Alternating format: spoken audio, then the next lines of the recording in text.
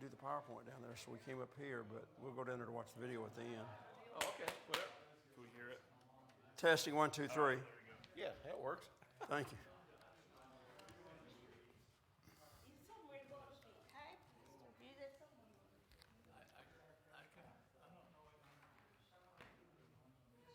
Okay, we're ready to begin. I appreciated people helping me hurry up here with the tables and everything. I looked at my watch wrong and thought it was 10 till 3. And I said, oh no, it was 10 till 2. So we're going to start with prayer. I will tell you that everything that we've got up here on the PowerPoint is on the left-hand side. And then there are a few other handouts we'll refer to. But I do want to just make a couple announcements again. I mentioned this morning the Alzheimer's program with Dr. Youngberg will be at Collegedale. That's July 20th from 6 o'clock to 9 o'clock. And we'll take questions and sell things from 9 to 10 o'clock. What's his name? Dr. Wes Youngberg. There's handouts here. I just saw one back here. He's at Loma Linda. He's worked with Dr. Bredesen at the Cleveland Clinic. Jeff? What? Westberg? Yes. He's related to Jeff? Pastor Jim Westberg. I'm pastor. Never mind. Oh, I don't know. Short answer is no. Okay. Well, we weren't talking about the brain. We were talking about... Well, we'll go to him then. That's safe. You can go talk to him. Also, we're doing something... What's the date again? July 20, Collegedale Community. Pastor, did I just see an advertisement on that? Did I pass those out today? The July 20th, it's in the bulletin. It's in this package. In this one? Yes. Okay, well, I thought that's supposed to... June what again? Oh, yeah, I'm looking at it right here. June what? What? What date was it, June? What? June, what date? June? July 20, not June. Also, tomorrow we're doing for the first time, sponsoring the conference office. Well, it's going to be at Stanford for Gap there in Chattanooga. A plant-based cooking school, how to conduct these. We've got a guy that actually owns a Seventh-day Adventist restaurant. And when we advertised this, we didn't know what to expect. We had to cut the reservation list this week because we already had 54 people coming, all the way from Savannah and Knoxville, Tennessee, and so forth. So we will schedule one next year, probably in Atlanta, and probably one in Macon, because it's been so successful. Okay, let's have prayer. We're ready to begin. Father in heaven, we thank you for this opportunity. We thank you for each person that is here. We know that they have lots of other things they could be doing. And Lord, we ask your blessings today as we look at some of the factors regarding health, good health. And we just ask that each person will look at these things from their angle and where they might want to change or might need. So we ask your blessings through the Holy Spirit, and we pray in Jesus' name. Amen. Yeah, as I just prayed, this is critical, folks. I run into people around the conference, and the pastor's probably acquainted with this, where we have people who are always ready to tell you what you're doing wrong. And as I made reference in the sermon today, in some cases, we really stretch some of the principles. And I usually say it this way: none of us in this room are at the same path of life. We're at different places. And I'll use myself as an example in a number of cases as we go along. All right. We're going to start with, and for the people just coming in, the information up here on the PowerPoint is in your folder on the left-hand side. We call it 8 Secrets to Better Health. And at around 3:15 or between 3:15 and 3:30, we will take a break. At that point, I would ask you to go out and walk a little bit, even if it's out here in the shade. Also, you can look at the books and magazines. However, do not take anything, please. We will have a drawing at the end. Everybody can get something. But some things up here are worth more than others. Some of the things, for example, I've got the Health Power book, sells for about $35. I've got this book right here called Simple Solutions that would cost quite a bit, and a couple of these things. So we do also have a CD by Brenda McConville. You may have heard her sing from South Georgia. And I'm supposed to have a pedometer. However, I seem to have not found it yet, but maybe we will. Okay, can somebody like to read this first statement up here for me? Just read loud. I don't hear anybody. Beloved, I wish above all things. Prosper and be in health. So it's God's will. Okay, it's God's will for us to prosper, meaning be successful, and that means in everything, physically, mentally, emotionally, and spiritually. The next one, if somebody can read that one for me. That's the same one. That's the same one. You push the button and back. Is that the second one or first one? That's the first one. It's a little hard to read, I think, so. Pure air, sunlight, abstemiousness, rest, exercise, proper diet, use of water, trust in divine power. These are true remedies. Okay, notice what it said. These things are true remedies. Some people refer to them as health laws in the Bible. There are a number of organizations that have programs with acronyms. Most of us have heard of Weimar. It has changed ownership, but some people like me still use the New Start acronym. One of the others, the North American Division has one called Celebrations. Usually the C means choices, and then a few other things. Creation Health from Florida Hospital. Lionel Lamount, the Southern Union Health Ministries Director, told me that he was brought into the Southern Union to push Creation Health. We're not supposed to do that. I don't know how he can do what he wants. But Creation is a very good program, but normally as directors, we're not supposed to push any one program over another. Now, he originally worked with Florida Hospital, and I guess the Southern Union president wanted him to talk about that. So I tell you this because there are a lot of good programs out there. Vicki Griffin, the Michigan Conference, a lot of the magazines I have are from her. You people, we really need a health leader, health ministries director in this church if you don't have one. If you do, I don't right now know who it is. When we first started a few years ago on the In Step for Life program, the exercise program at the conference, we actually asked back then to have an In Step coordinator in the churches. And to show you how it paid off, we don't do it now. But the last, maybe 2 or 3 years ago, the last time that the North American Division, well, let me back up. We used to ask that you record the scores at the conference office if you wanted to. That would help people stay on course. Then the NAD started doing it, so we just kind of let everybody report it there. About 2 or 3 years ago, they said in Georgia Cumberland, we had over 100,000 official miles. The next nearest conference was 18,000 miles. So it does help to put an accentuation, if you want to say it that way, on these things. And so as we go along, I think you'll see why. For instance, the cooking class that's occurring this week. If you had a health director, we would notify them. We usually send information to pastors, but pastors have a lot more things other than, so it helps if you've got a specialist that can help in health ministry. So I hope after being here today, somebody will volunteer to the board, I don't know where I point this, to say, hey, I'd like to be the health ministries director. It's actually a departmental suggestion of the conference. Okay, here's what we're going to do. We're actually going to cover exercise first, and there's a reason for that. I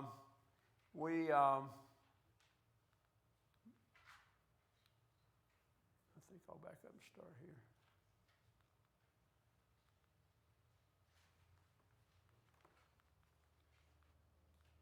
Sometimes I go with diet first, but sometimes I do it the other way around. And there is a reason why I do this. We bring in people all the time in our churches that talk about diet. We'll bring them on Friday night, all day Sabbath afternoon, and Sunday morning. What I want to do is get your attention right here to the importance of cardiovascular exercise. Now, I mentioned this morning. What we're talking about is exercise that strengthens your heart and many other systems in your body. Virtually every system is improved as a result of aerobic exercise. But what we're talking about is a type of exercise that actually increases your heart rate, which in turn strengthens your heart. And we've got, excuse me, we're going to look at tests and things that show the results of this. We'll also talk, as I said, about strength training and flexibility. This first test up here is just it's similar to the nurses study. It was done on 72,000 plus women. Very similar. If you'll look at it, you'll see that it's a 4-to-1 ratio up here of any kind of disease. If a person does at least, and I'm going to say this, and I want us to remember it.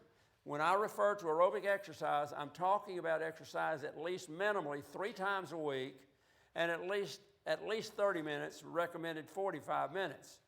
Now, I'll say it right now before we get started. If you're not in a regular program, make sure you check with your doctor before you start. We had a church in this conference offering an aerobics class for the community. A guy came in and died before he left. So don't take these things for granted, okay? And then we're going to talk about how to build up your heart rate and so forth. Let's look at the next test. This one, today in America, there will be 12.4 men die with non-accidental deaths. This is the ratio of deaths for non-accidental deaths. Now, what I want you to notice is that, Gene, are you still there catching people as they come in? Yeah, I can't see that far. What I want you to notice is the 2 extreme scores on the outside and the left and right there. If you do this regular program I was just talking about, notice the result. It cuts in half. We're not even talking about diet or anything else. We're talking about simple aerobic type exercise. You would cut it in half or double chance to have the heart attack if you're not getting some kind of regular. That's just a statistic across the board. And that's for men. Now look at women. It's even more significant, ladies. Your mortality rate today is 9 out of 100 will die with non-accidental deaths in this country.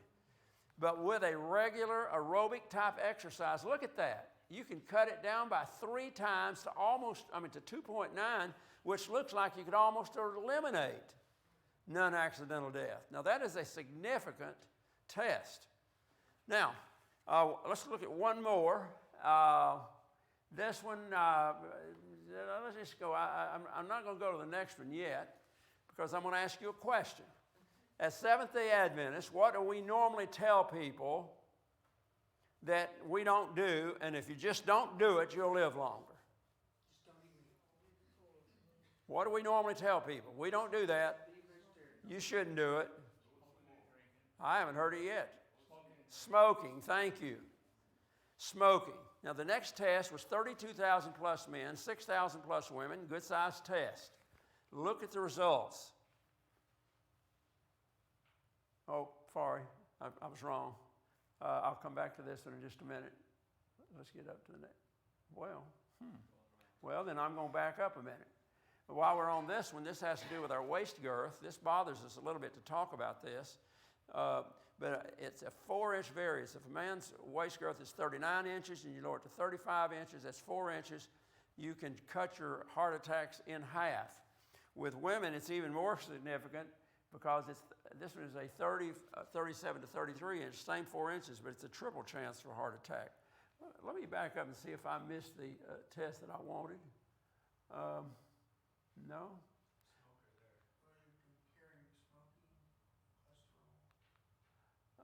Cholesterol, that's not it. So I'll come over to, we'll find it here in just a minute.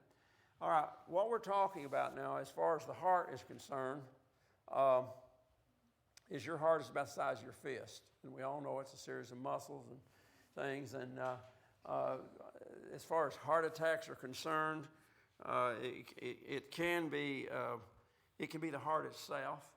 We talked about the other factor of cholesterol and those kinds of things on the arteries. Sometimes there's exceptions. A few years ago, the General Vice President Jerry Ford, who was my boss, he wanted to go play golf, so we went out on a 9-hole golf course to walk. Well, I thought we were going to walk. And he said, well, he had to get a cart. And I said, what's wrong with you? You can't walk 9 holes without a cart? He said, well, I just get out of breath. Well, as it turned out, he had a serious valve issue. His heart was only working 60% of maximum. He had a valve replacement, and it worked until just in the last month, and he's had to do another replacement. But sometimes there is exceptions to what we're talking about, okay? I'm going to come back to this part right here in just a few minutes. Let's keep going forward, I hope. I don't know why it's not moving.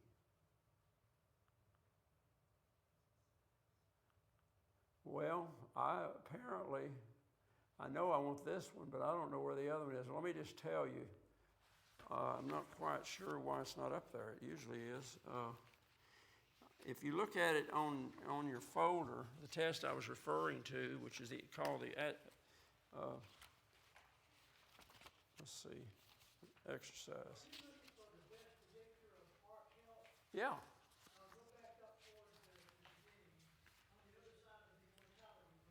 Okay, just a second.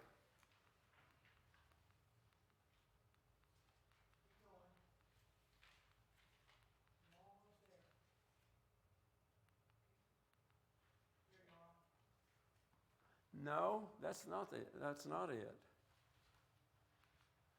That's crazy. Yeah, that's the one I want. The other one. But the one, anyway, if you look at it in your folder, because I know it's in there, what you'll see is the number one factor was low fitness. And not only that, if you had high cholesterol and you exercised, you were better off. And this is what was crazy. It said that even if you exercised and smoked, you were better off, I usually say it this way, than a good Seventh-day Adventist that does not smoke but does not exercise. Now let me explain a little bit why. Let's go forward now to where we were a moment ago. And so we can focus on this specifically, why those are statistics. This test right here was conducted by the Harvard Medical School in about 2014. Harvard Medical School seems to lead all of our universities in testing. I'm not quite sure why Loma Linda hasn't done one like this, but anyway, here's what they discovered. Here's what they discovered. The mitochondria, you may remember that from somewhere in school, in every cell. They discovered that the mitochondria controls the blood flow for every single heartbeat, how much blood goes into the cell. And what they discovered was that if a person does regular aerobic exercise, at least 3 times a week, at least 30 minutes, that it will allow triple the amount of blood flow for every heartbeat. That means your body's going to work easier, less stress, and it's a cardiovascular test that shows why we need to do the exercise. Now here's what we're going to do. Right now I want you to take your pulse rate, and I need somebody that's got a watch 30 seconds, you can time it for 30 seconds. Kirk, you want to do that? Have you got a watch? Or something, yeah. And what he's going to do is use your fingers, not your thumb. Try to find your pulse either on your wrist or in your neck, somewhere on your body. And as soon as you're ready, he'll say, ready, set, go. Don't count out loud. You just close your eyes and concentrate. Okay, anybody not found your pulse rate yet? Okay, he'll tell you when to start. Okay.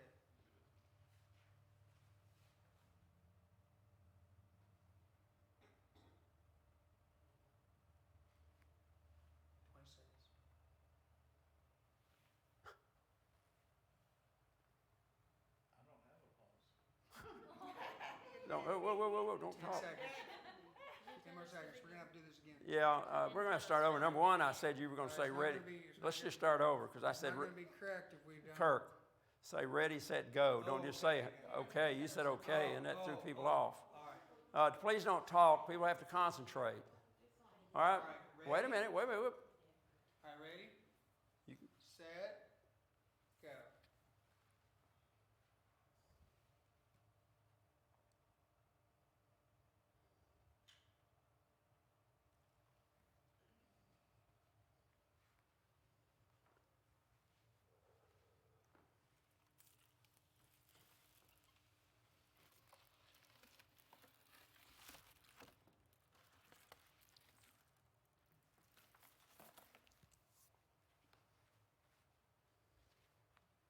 Time's up.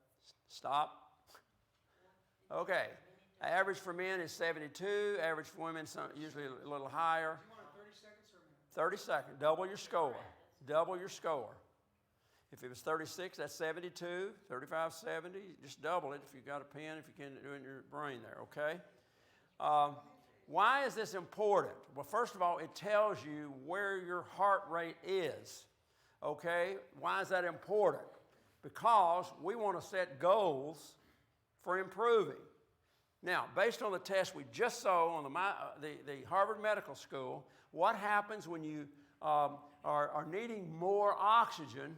For example, if I'm not in very good shape and I never move very fast and my heart rate is about 80 or something, and all of a sudden I'm really doing something, and before I know it, I'm going,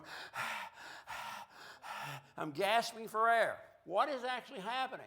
Folks, what's happening is the cells are automatically sending a signal to the brain, speed up, I need more oxygen. It's an amazing system God's created. You don't have to think about it, think, let's see, what do I need to do? Oh yeah, I got to breathe faster or something. It's telling you you're out of oxygen. Okay? Why, if a person, once you get into shape and condition, things change. I'll use myself as an example. My heart rate used to be 72. I played all kinds of sports. I used to coach, but I had never been into long distance running until about 1988, which was before I came here, actually. And once I started, here's how I started. I started at a quarter of a mile. That's one time around a track. I mean, it's not even very far down the end of the street here and back. Just one time around, 400 yards, 440 yards, or 400 meters, however you want to say it. All right, I did that 3 times a week for 3 weeks. Then I went to half a mile, did the same thing. Then I went to 3/4 of a mile, same thing. I just kept going until I could get up to 8 to 10 miles. I could never have done that to start with. We had a lady up in Murphy, North Carolina. She was in a terrible car wreck. Doctor said, you may never walk again. The kids were doing an aerobic equivalency walk to Alaska and back. We went up there and filmed them at the school at break. The teacher had them walk in 30, 45 minutes every day, totaling up their miles. And she said, I wanted to be part of that. So she said, I took the crutch, and she said, just about the distance we've got right here. She said, I just started walking a little bit. It was pretty hard. But I got out there and I got back. She said, I just kept doing it every day. And then she found out she could go 2 times. Did that a while, and then she got to 3 and 4. Folks, by the time we went up there and filmed her, she was walking 5 to 6 miles without her crutches. Don't tell me that it won't change, because I know personally it changes. My heart rate used to be 72. Right now, it's between 52 and 60. Why? Because your heart is going to strengthen. Then your lungs are going to be affected. We have a little simple gadget that if you had a health leader, you could borrow some time. Do y'all still do this thing out here at Kirk at holidays, where you set up for a parade or anything? Yeah. Huh? Okay, this is a perfect little gadget. And that is, it's a measure of your lung capacity. The average man, it's measured called the pulmonary rate index of how much oxygen you can actually take in per breath. I want everybody to take a deep breath right now through your nose. Just take a deep breath. See if you can squeeze any more air in. And then breathe out through your mouth. Go ahead, do it again. Now, you may notice I have you sitting down because I don't want anybody to pass out because they're not used to breathing regularly. This little gadget, Kirk, you just put a little mouthpiece on there for everybody. They just take a quick fill up their lungs and breathe into it. The pulmonary rate for men is about 350 on the scale. Women's is about 330. For a person like myself that runs a lot and so forth, mine is over 900. That's not an accident.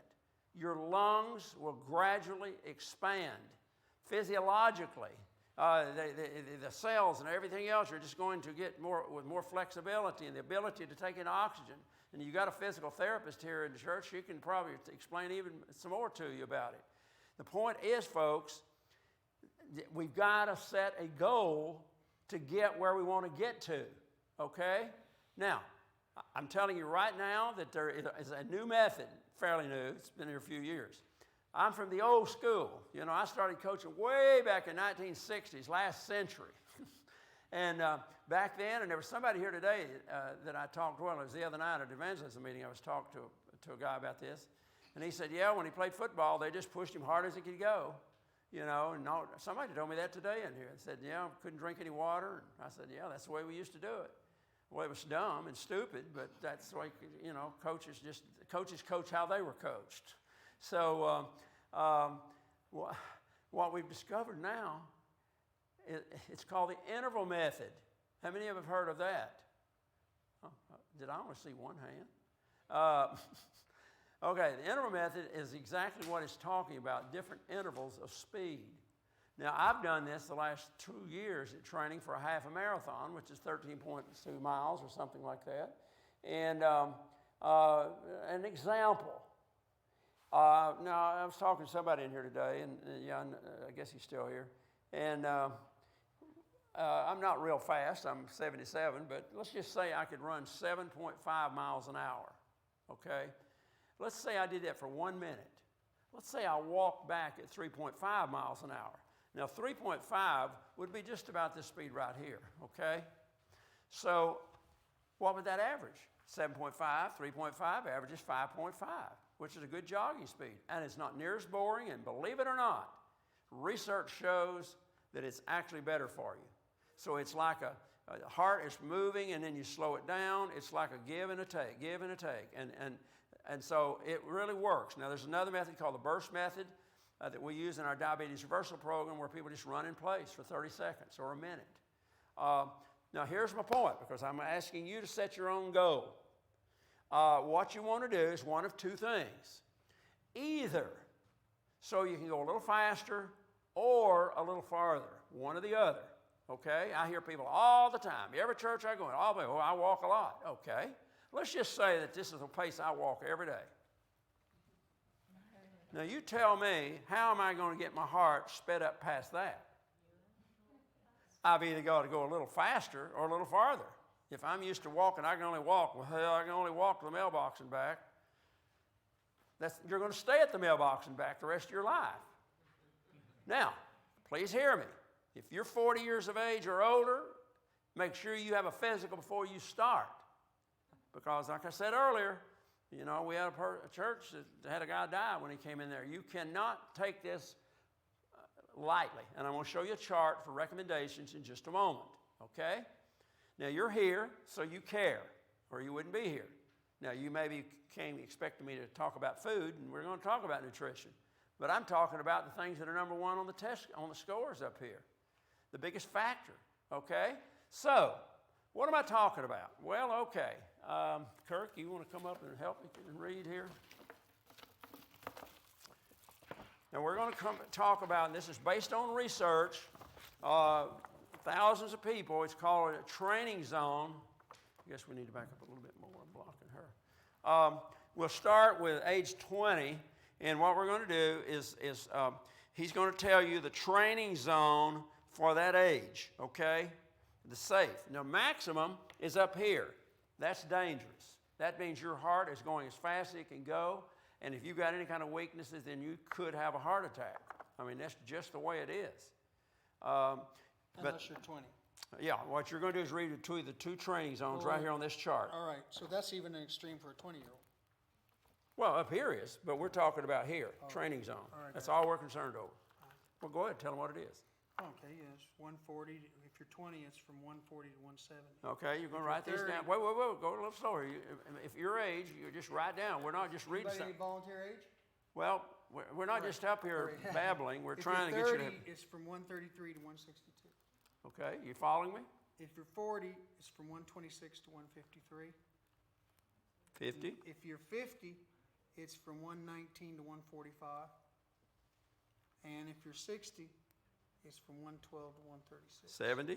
70's 105 to 128. 80's from 97 to 119. All right, now having said that, I recommend, I'm going to make a recommendation. This is by research across the board. However, I personally think that it can be a little dangerous.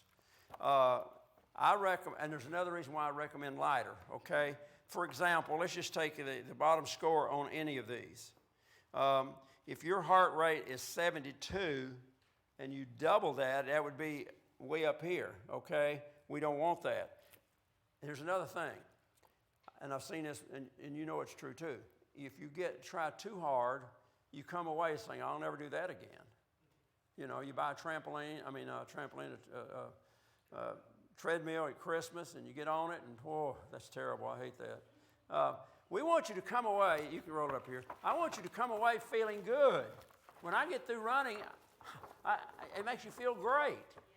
And so whatever you're doing, we want you to set it, and here's what I recommend. Somewhere about maybe just 100, okay, is your goal. That's under those scores, but I would rather err on the side of less than much, understand? So you're saying, well, what are you talking about? All right, what I'm saying is find you a level place. I don't know if there's a high school or an elementary school or a track somewhere around or a level street or something.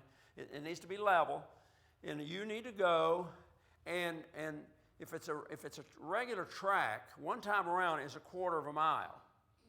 Okay, what I'm saying is you've got to find about 20% higher than your resting pulse rate. And I think if it's 72 and women's is 80, I think 100 would be a good, simple little starting point. So when you get through with your test, wherever it is, then check your pulse rate. And if it's 120, you're probably going too fast. Your breathing will tell you where you are, okay? Your breathing. You want to increase your breathing a little bit, but you don't want to be gasping for air. If you're gasping, you're going too fast. I said that a moment ago. So let's just say that my breathing right now is normal, and let's say that I'm walking this pace right here, okay? And I go around one time. Check your pulse rate. If it's close to 100, now it's going to vary because some of us are in better shape than other people, okay? I'm basically saying if we're not doing any regular program, set it low. Does that make sense? So you check it. And once you find out what the pace is, and you went one time, then I would suggest at least 3 times a week for 3 weeks. And then can you go a half a lap farther, or can you go an extra, like I said, go to a half a mile? Now, that means increase your speed. But remember what we said about the interval method. So what I recommend is, if you're going to do it for 1 lap, go faster for 1 lap, or half a lap, and then go slower. Half, slower. Somewhere you'll find your resting pulse rate. That's critical. If you're going to do any kind of program, you've got to find it. Is that clear? Now, if you're doing it and you're not even breathing, your breathing hasn't changed any, then speed up or go farther. You're right back to keeping everything the same as it's always been if it's not increasing. Does that make sense? Any questions? I can't stay all day on this, but I would love to come back here next year or sometime, and you say, you can't believe this, how it has made a difference. Now, I'm going to say this, and I'll tell you, y'all seem to be a little bit more different maybe than the average church. Normally, I have more women at these programs than I do men. I was in Atlanta at a church, there was 100 women. You know how many men were there? 5. I'm not quite sure what it tells me, but it tells me maybe that men are a little lazier than women. I'm not sure. But I do know this. That it's hard for you ladies If you work, you get up in the morning, you got to get yourself ready, you may have to get your kids ready, you may have to get your grandkids ready, you shouldn't have to get your husband ready. You may have to fix breakfast, I don't know. I have no idea when you're going to do your devotions, but you better figure out a time to work in exercise. Now, remember, this is crazy, but it works based on tests, that you can do 10 minutes this morning, 10 minutes this afternoon, and 10 minutes tonight, and that 30 minutes is supposedly better than if you went 30 straight minutes. Simplifies it. It simplifies it. So, look at work. If you have steps, go walk up the steps instead of, if you don't have much time. I was in New Mexico for meetings in January, and I didn't have a lot of time. I couldn't hardly go change clothes and go out and run and whatever the weather was like. But boy, did they have some steps. And I stand on the 7th floor, so I made sure I went up and down the steps instead of the elevator. But then I found if I walked from the lobby to the top, I was able to get in 100 steps just going up the steps. Any kind of thing. Go walk for at least 5 minutes.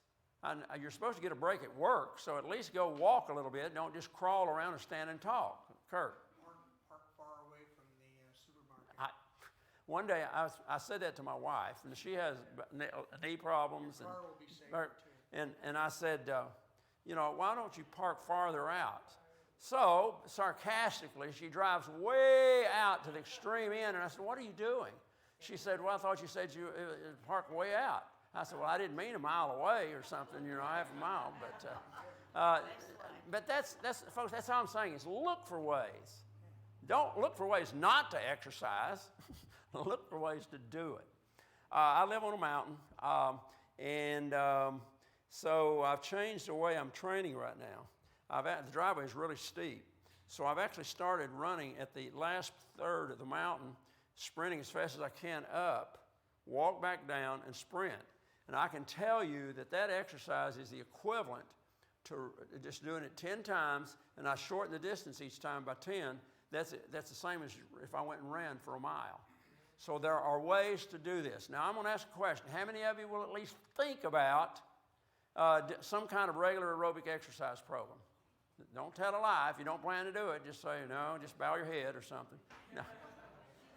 No. Any questions before I move on? Quickly. Remember, it's going to help your lungs. It's going to help every part of your body. Any other questions? All right, we're going to go to the second category. Oh, what? If you're on Medicare, many of the ones have silver sneakers. Hold it a minute. Folks, hold it a minute. If you're on Medicare, a lot of the insurance companies have silver sneakers, and it's free gym membership.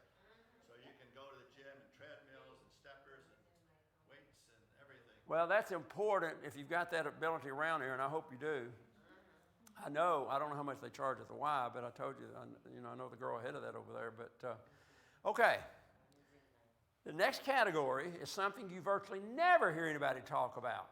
When was the last time you had somebody in this church talking about strength training? Not counting the fact I mentioned it this morning. Okay, what is strength training? Okay, folks, we have 63 major muscles in our body, and I don't see a chart, but anyway, God has made these muscles for a purpose so we can move, okay? We raise our arms. We don't just raise them. There are signals right here that tighten your deltoid muscles that will allow you to raise your arm. No, it's a hard chart. It won't be in there. It's okay. So, think about what we just talked about, running and walking. You have 3 muscles right here in your thighs. 1 in the middle, 2 on each side. Now, Kirk, you're up here, so I want you to tell them what you feel right there. Don't On think me? it. No, on me. Oh. I feel a muscle. Thank you. Now, I've thought about taking pictures of my legs, but who wants to see a 77-year-old man's legs? Nobody. So, anyway, folks, here's the point. You don't just walk. Every time you want to walk, God has made an interesting system. It just happens automatically. You don't even have to think when you walk. It triggers the contraction of these muscles, and it pulls the leg forward. The leg doesn't just come forward.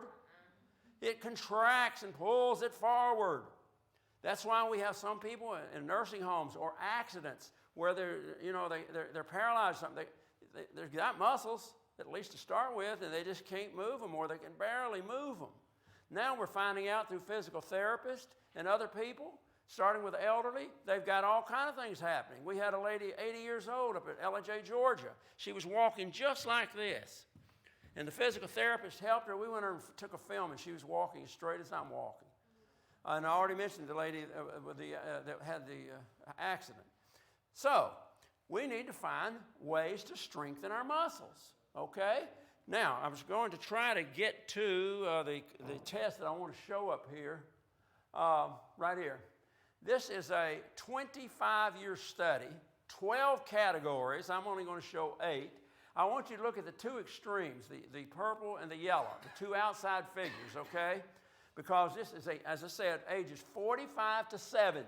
A lot of you are not near that yet, but it'll show you the results. The first on the left side, somebody tell me what that is. Besides Kirk, somebody else can read. I can't hear you. Ability to have housework. It probably means move more than just a broom. I don't know if it means moving tables, chairs, or what. Look at the difference if they did regular strength training. Well, what is regular strength training? Okay. First of all, we got 63 major muscles. Okay? We've got biceps here too. We got the brachioradialis right across here.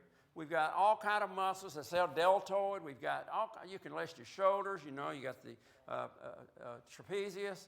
But let's go back to the legs just a moment, because this is the one I feel like you have to be maybe the biggest problem area, because a lot of people have knee problems and some kind of leg problems or something. A very good one on this is simply stand against a wall and can you bend your knees a little bit to whatever you can without pain. Don't try to do things through pain. And see, can you hold it like this for 10 seconds? If it's too hard, try 5 seconds. If you can do 10, see if you can do 20. You see what I'm talking about? Now, the rectus abdominis is the muscle over your stomach, and somebody was questioning me about this earlier. When you were in school long ago, they had phys ed programs. They've basically cut those out now. And back then, you learned to do them either with your hands here, you had your arms somewhere, and usually your knees were bent. You come up and touch your knees. Now, a sit-up is where you're completely on your back and you come completely up and touch your knees or something, elbows or whatever. Crunches is where you are kind of in between, where you can kind of come up into a position where you might not actually hold it. But either way, you're tightening your muscles, the rectus abdominis, okay?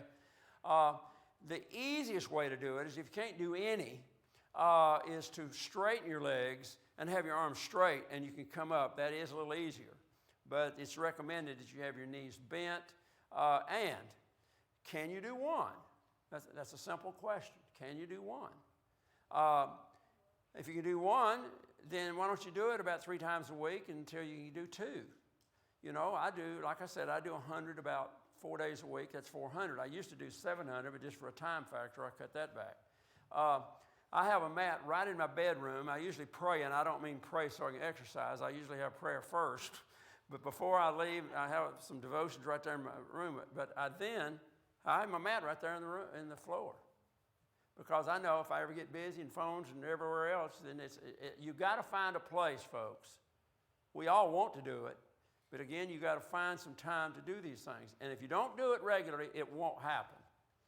It's sporadically, you just well not do it. I mean, if you don't do it once a month or something. So, just start and whatever method you can do. All right, that's that muscle. Now back to the arms. We use our arms and legs, of course, all the time. So you can do all kind of. Now I've got a 50-pound dumbbell that I use. Now let's talk about the physiology of doing weight training, because that's what we're talking about now. Okay. Tell me this. I keep picking on Kurt, but I guess he's a good one to pick on, so come back up here a minute. Now, we're going to act like Kurt is an automobile, and he's standing right here, and he's blocking the road. No. And I'm the only one around, so I need to push this car out of the road. It won't start. It's blocking everybody, so I'm telling him put it in neutral. I'm going to push the car. Now, when I push on him, am I going to take a breath and push, or am I going to breathe in as I push? Is it going to be like this in slow motion? Am I going to go, I'm going to take a breath and I'm going to go, no. What am I going to do? I'm going to go, you know, you're going to take a breath and push. So what you're going to do, and wait, you can sit back down, thank you. I'm just trying to keep you awake. But now, when you lift, you actually breathe out. Does that make sense? So I want you to stand. Everybody stand. Come on. Here we go. Now we're going to act like you've got a weight. Now I don't care if it's 1 pound, 5 pounds, 10 pounds, 30 pounds. Don't lift so much you can't do it. That's crazy. Because then you'll come back, oh, am I sore? Just do something more than a piece of paper. That's all I'm saying. Okay? So we've got our arms here. We've got weights in our hands. So the first thing we're going to do, you don't have them parallel to the floor. Get your arms parallel to the floor. Okay. We're going to fill up our lungs first before we do anything. We're going to go. Breathe through your nose. You got it right. Now you're going to breathe out as you lift. Ready? All right, breathe in. See what we're doing? See how easy it is? Just add a little bit of weight to it, and you're strengthening your arms. Now, don't sit down yet. Now we're going to turn them over. This time you're working on a brachioradialis, this muscle right here, it's forearm. It's going to be the same thing. Ready? Fill up your lungs.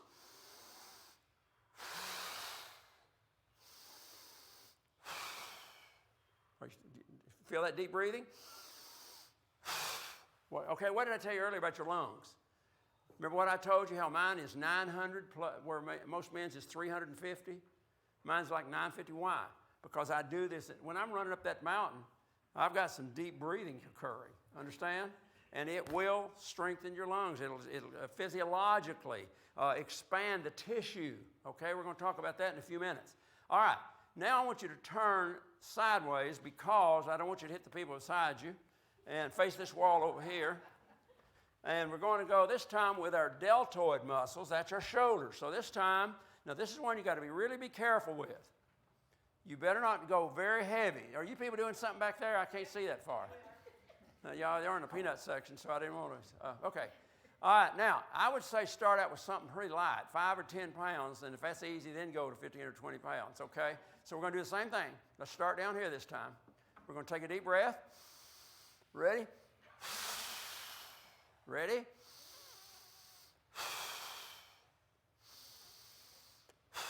I can't hear anybody breathing. Are y'all breathing? Okay, good. All right. Now, is that very hard?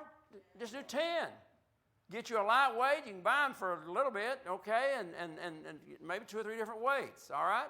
I talk to people all the time. They say, oh, I know I need to do it. Well, then do it. You've got to set a goal or it's never going to happen. Are you listening to me, folks? I'm not here today just to be talking because I know it works. Because I do it myself. And I feel good. That's all I can tell you. I may die in the next minute, but I can tell you I feel good right now. Somebody will have to carry me out, but anyway. All right, let's go another direction. This time, turn back this way. I'm just showing you some real quick things on strength training. All right, this time we're going to go forward. Okay, ready? We're going to go this way this time with our arms, palms down. Ready? Fill up your lungs.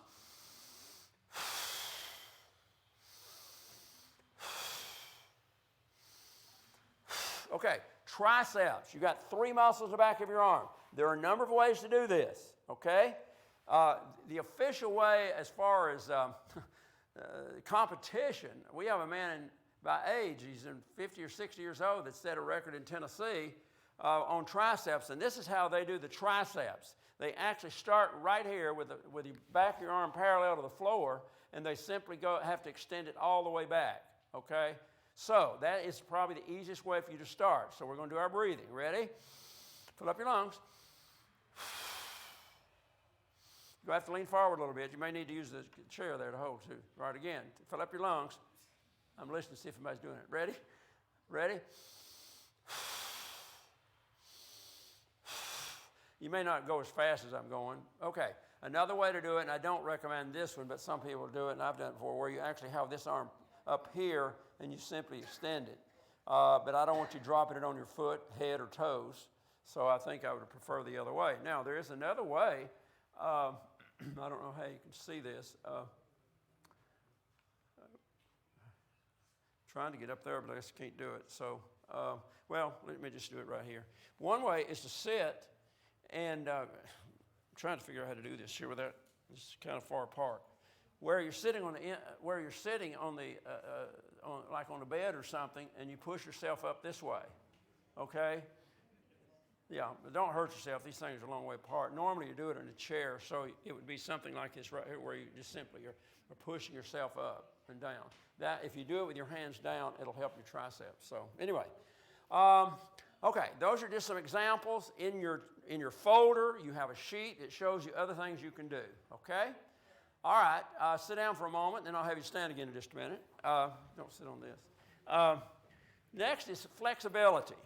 Now, what does that mean? Well, our tendons and ligaments fasten our muscles to bones and other muscles, and you've got a physical therapist here who can talk to you about this. Now I don't want her to answer if she's here or he, whoever it is. When do you think we do our heaviest stretching, before or after you exercise? Before. How many think it's before? How many think it's after? How many aren't thinking? All right. It is at the end of exercise. There's a reason for that. Your body builds heat, and God has made your body to operate on heat. If you jump out of a freezer, you've been in a freezer for quite a while, those things are going to be really like frozen tight. So you want them to be like limber and warmed up, and the heat will do that. So, I mean, you can do a little moderate stretching. You jump out of bed and you feel like you want to stretch a little bit, but it's best to prevent pull muscles and things to do it when you're at the end. And if you've taken any coaches usually or physical therapists, they probably tell you that. Okay. So what we're going to do, you've got some recommendations in your thing there, but you've been moving around today, so I think we'll be safe. So we're going to stand up now and talk about flexibility. Again, one of the things I'm seeing today that concerns me, athletes are doing things they've never done before. If you follow baseball, they're throwing the ball faster than ever. The people are kicking the ball farther.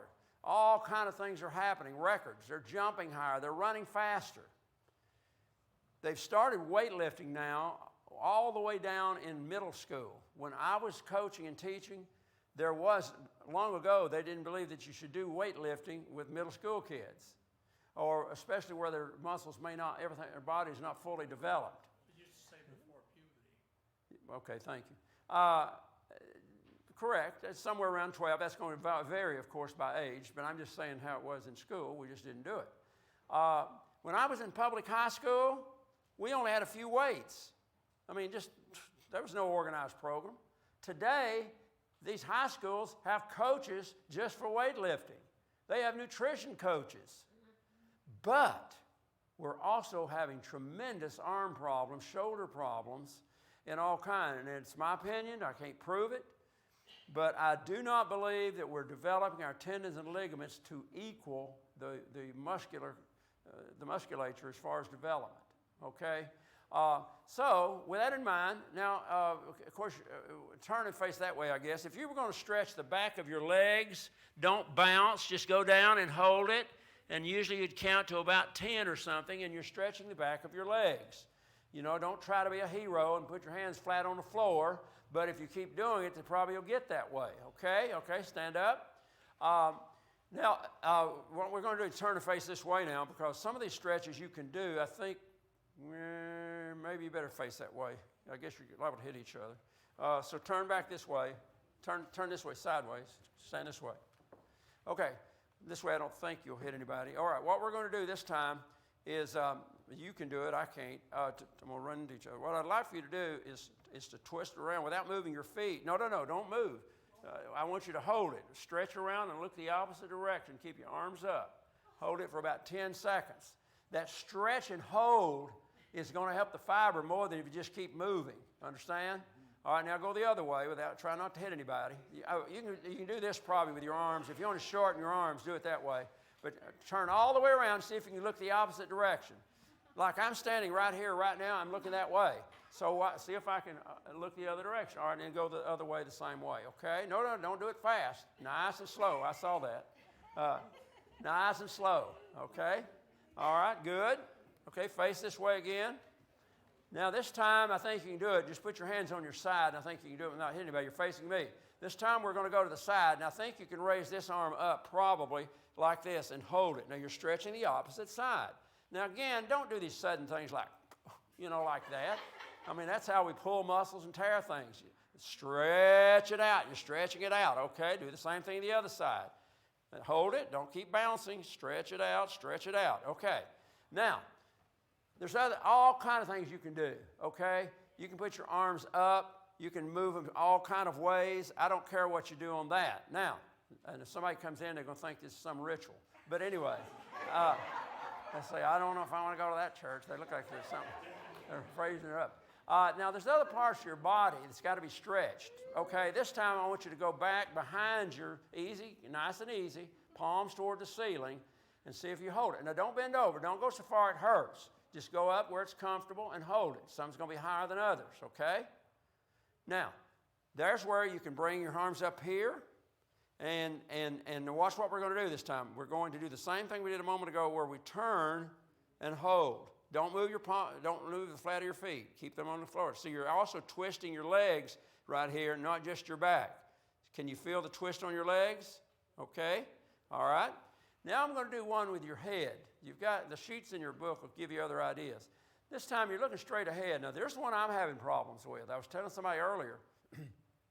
I actually tore my trapezius back here working on that last year, and then I was also studying like with my head down, and I was so bad, they sent me from the conference office, this lady that does massages for the conference office. And when I first went to her, she said, lay down on this bed. I couldn't lay down. It hurt so bad, my head. And she told me the other day, she said, when you first came in, you were like a cripple. She thought I was so old, she didn't know that I was not quite there yet. But anyway, the point is, I still have some problems in my neck, but here's what I want you to do. I want you to lay your left ear on your shoulder. Just hold it over and hold it. See if you feel any pain in your right neck. Okay, now lay your right ear on your shoulder. Okay, that's pretty good. Now look to the left, and while you're looking to the left, lean your head back like you're putting your left ear on your back. See if that brings any pain in. Okay, look straight ahead. Look to the right, lean over, that hurts, okay? So there's all kind of things you can come up with for stretching. Okay, you can sit down. Now I want to come back to the test up here, the 25-year study, and show you why you need to do this. House cleaning, 4-to-1 ratio. What's the next category up there, somebody? Quickly. Walk a half a mile. We just talked about it. Okay, walking. And we're going to talk about this in a minute because I'm going to ask you to go out and walk around a little bit or something. When you walk, people don't walk like this. Nobody walks like that. You're always in balance when you're walking, or you should be. For instance, if it's the left leg out, here comes the right arm. Left. It's just we're in balance. Everything's in balance, okay? Now, the other part is we want to have deep, rhythmic breathing. We learned that earlier. We don't want you gasping for air. Human beings are very shallow breathers. You know that. We just take little short breaths. That's why exercise will cause you to do deep breathing. And if you sing and stuff like that, it's going to help you. Understand? All right. So what we'd like to see is, can you walk and deep breathe and move your arms all at the same time without thinking? In other words, can you go, you see what I mean by deep rhythmic breathing, no gasping? So in a few moments here, when we get through here, I would like to ask you to go out and, is there a sidewalk out here? Yes. Huh? Yes. Well, then I'm going to ask you to go out and walk just a little ways up here and back or something, and don't just walk along and talk about how boring this is or something like that. But instead, go out there and see if you can actually. Now, if you're not in good condition physically, then it is better to minimize your arm movement. It would be something like this right here. That will take less effort if you're not in very good shape. Now, if you're in pretty good shape, add something to it. You can really pump those arms. You really mean business. I have something else in my exercise room at home. I have a punching bag because I have taken karate, and so I don't take it anymore, but I've taken it before. But I have a punching bag, and so, you sometimes are punching like this, and you got a punching bag, you can punch this way. You may not have a bag, and I don't want you punching on anybody, like husband or wife. But anyway, you understand what I'm saying? Find something to keep you in rhythm. All right? Now, let's finish this before we go out, and I keep laying my thing down, and then I'll lose it. I can't see it. I just had it. Here it is. Thank you, Kurt. You're getting a lot of exercise, buddy. All right. Second category. Oh, it said half a mile. You can walk a half mile. What's the score ratio? Is it 2 to 1 or 3 to 1? The two outside scores. Hello? Half a mile. Walk half a mile. Second one. The two charts. How far apart are they? One is at 15 and one is at 25. So it's almost 2 to 1. That's the point. Third category. What is it? It's walk 10 steps. Walk upstairs. 10 steps. What? Walk up 10 Okay, walk up steps. Now you got musculature involved. You've also got flexibility. For example, if you can't lift your leg any more than that, you're going to have trouble getting up steps. Okay, this is where a physical therapist can help you with your stretching and those kind of things. Okay, that's why they're there. Fourth category. List 10 pounds. Okay. Maybe, and remember, this was age 45 to 70. Maybe when you get 70, you'd like to be able to carry your own 10 pounds of groceries without having to call and say, oh, I just can't lift this. Well, this is why we start doing it, Imagine by the time you get to 25, 45, or 70, you'll be in great shape, won't you? I am not one for big, bulky muscles as you get older. I've got a son in this category right now. I remember when he was young, he was a presidential award winner with about as high a score as you could get in the 95 to 100 percentile. I've seen him do 20 pull-ups with his fingertips, but even then, he had terrible time meeting the goal with flexibility. I had to put him in a tub and hot water and everything else trying to get him to stretch the tendons and ligaments. Well, today, he's an actuary. Extremely stressful business all over the country. But he's gotten into heavier weightlifting. And he's got a coach. Now, I don't know if he's joking or not, but he keeps telling me, he told me the other day, he called and he said, well, my coach says I need 250 grams of protein a day. And he knows that I'm complaining about that. And I'll explain why after a break when we talk about nutrition. But here's the point. He is so much stronger. Why, at my age, at 77, do I want to have big, strong muscles? What do you think is going to happen as you get older if you stop? Now you've got all this bulk, and now the muscles aren't getting to be used, and so now it's easy to start building a lot of fat around all these things, whether it be arms, hips, whatever, legs.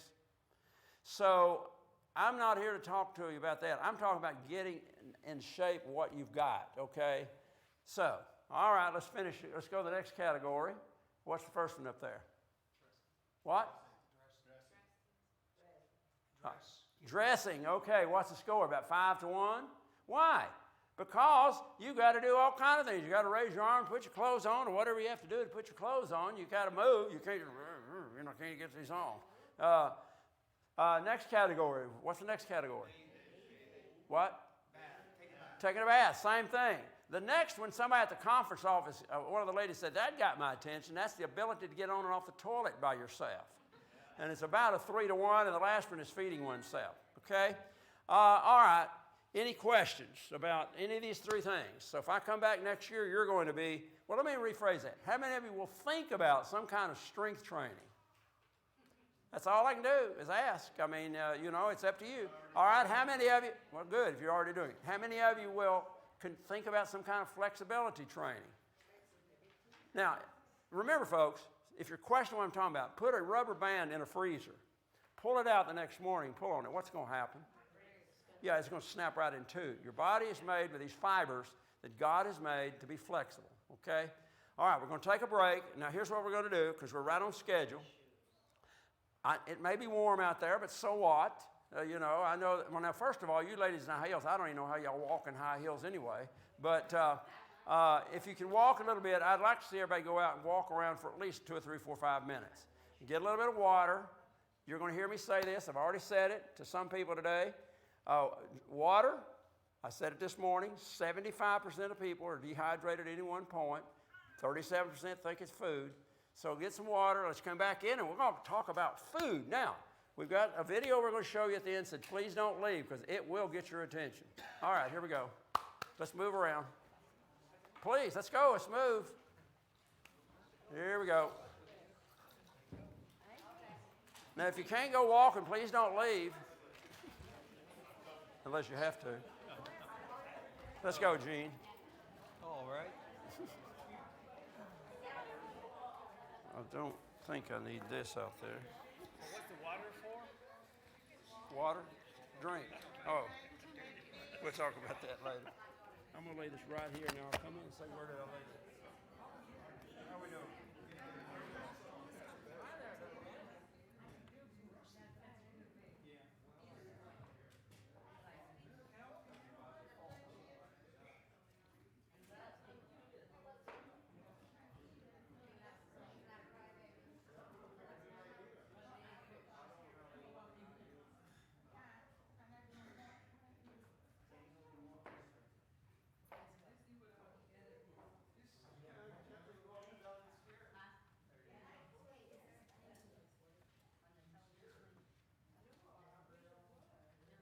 You know a place that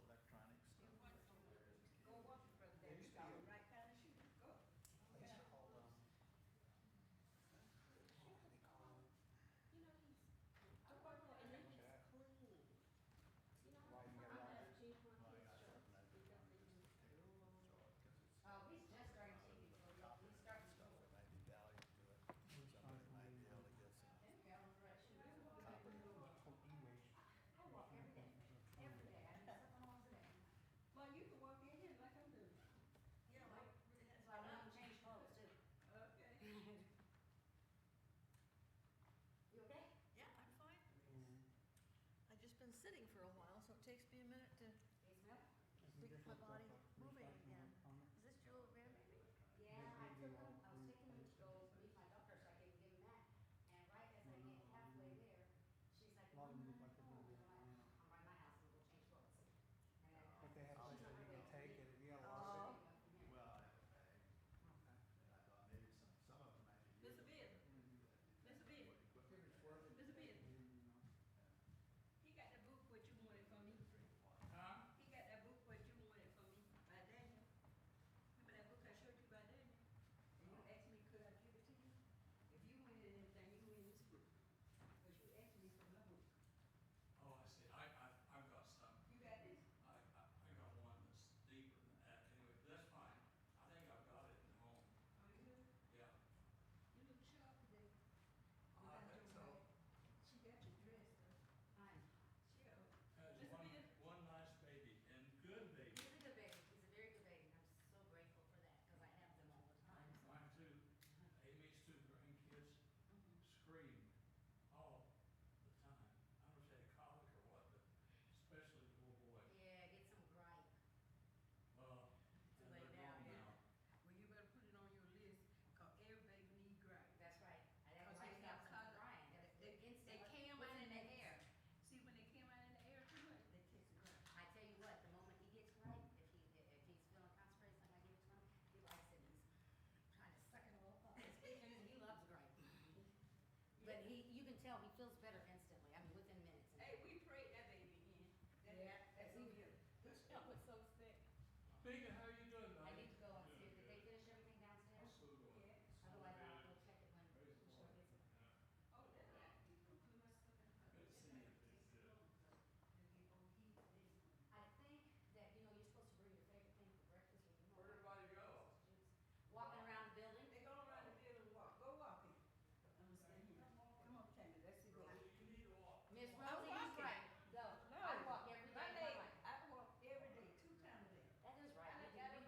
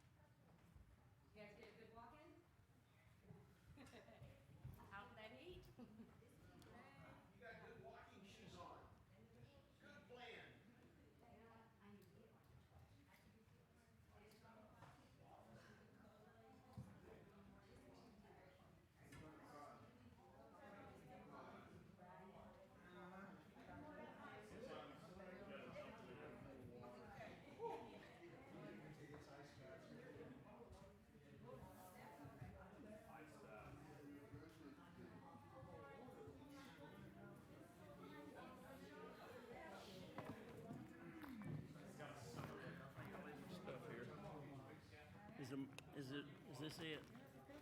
Yeah, that's the one. Is the clicker there somewhere?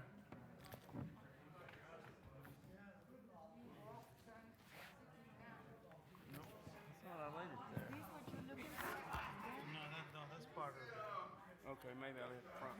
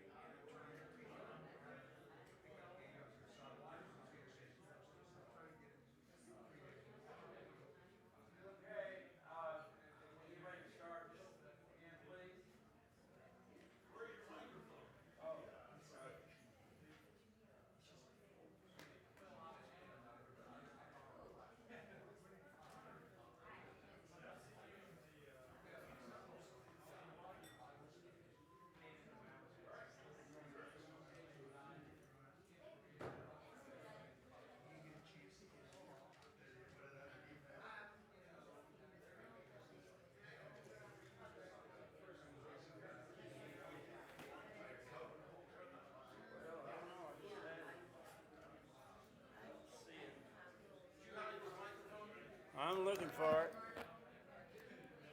Got it? There we go. Thank you.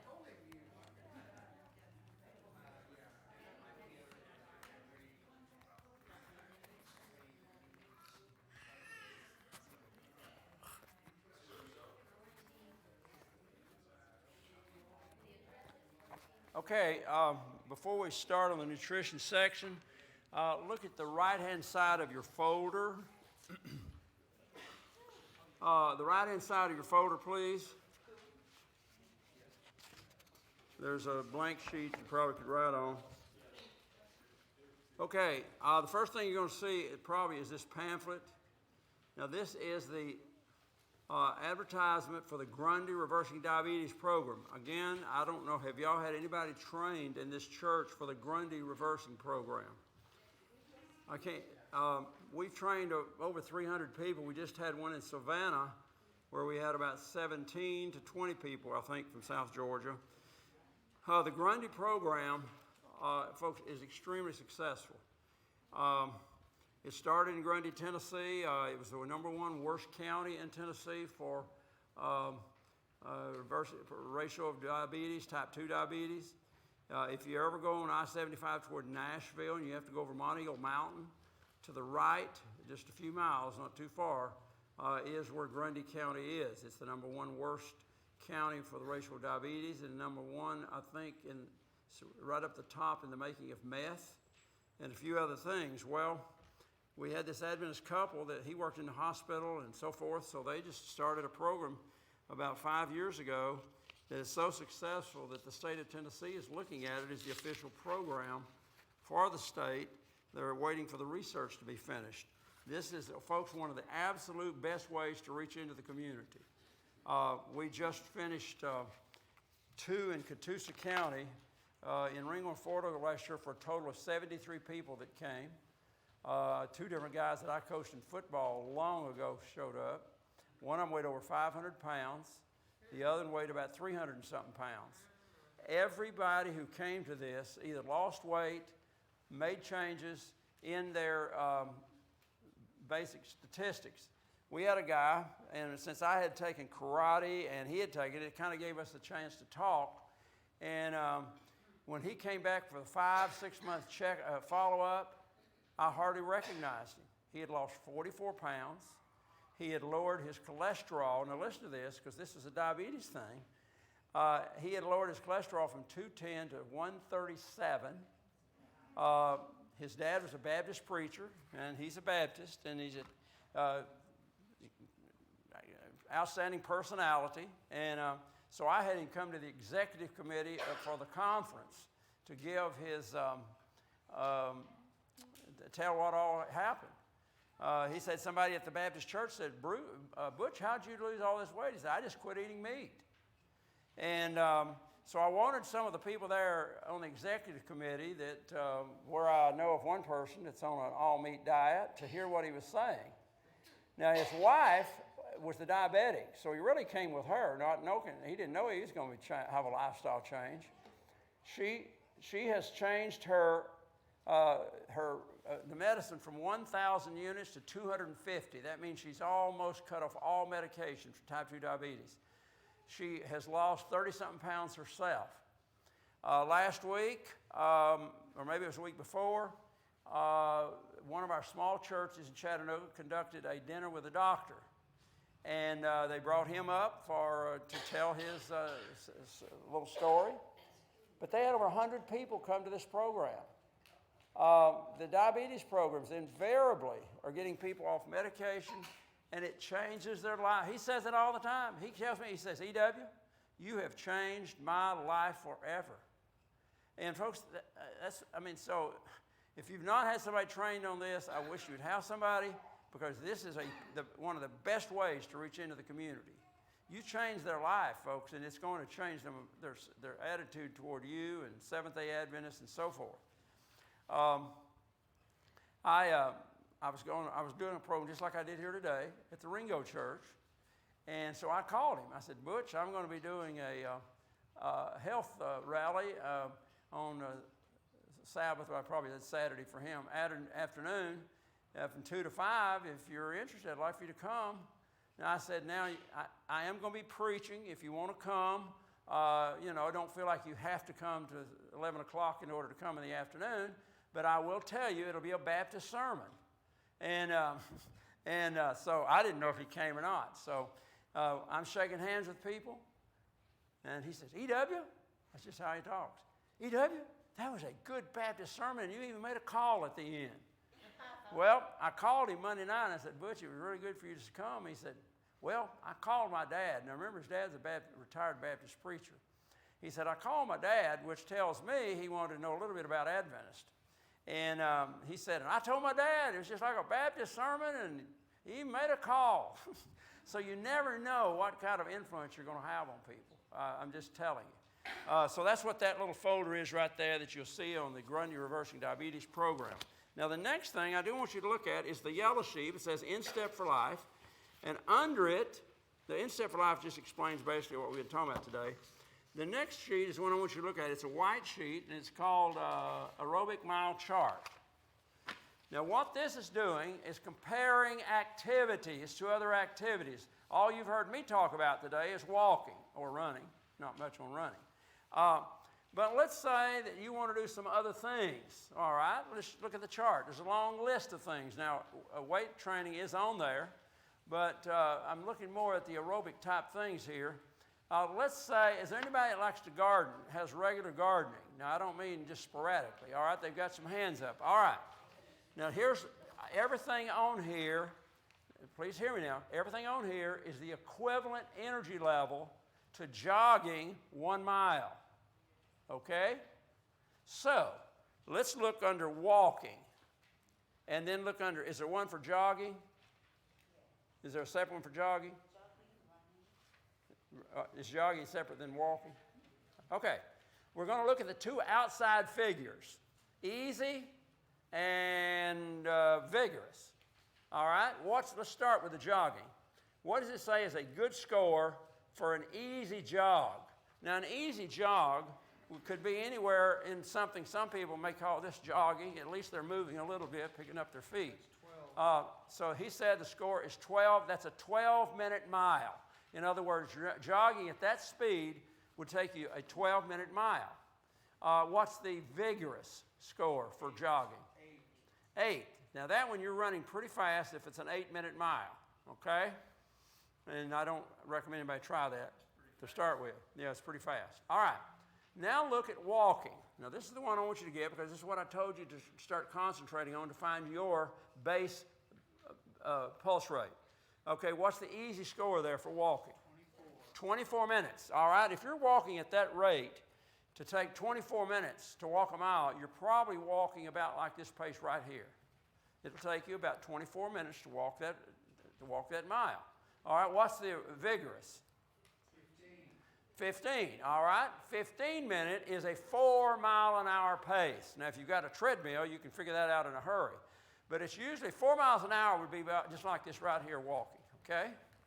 Now, there's different ways of walking. I've already said this before. One is, and you've probably all seen people who walk like this, where they're going really twisting their hips. You know, they're really doing like this.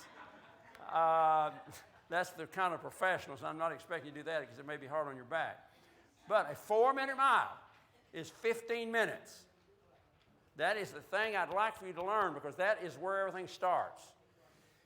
So what you're going to do is find something much slower so you can figure out your pulse rate. Remember, don't try 15 miles an hour if you're not in pretty good shape, or you'll be gasping for air by the time you get to a mile. Yes? That's the same 15 as an easy soccer player. Okay, and we're coming to that. Thank you. Now, we're going to compare that, first of all, to gardening, then we'll come to that. Okay, gardening. All these people at gardening. To equate that 24-minute mile, how long have you got to work in the garden? What does this say? Easy, gardening. You got to be vigorous. No. Easy score. 24-minute walk, 60 minutes.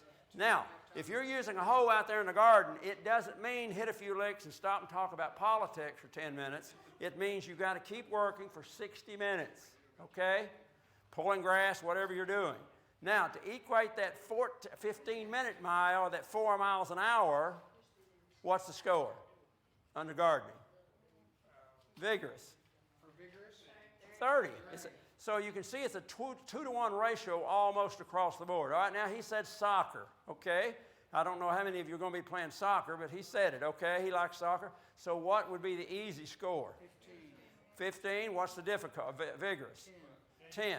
So it's up close to that 8-minute mile almost. That means you've got to be in pretty good shape to play soccer. Of course, there's going to be some stop and go, but there's also going to be some bursts of energy, okay? Let's take cycling. Anybody in here like riding bicycles? No, I don't mean sometimes. We're talking about regularly.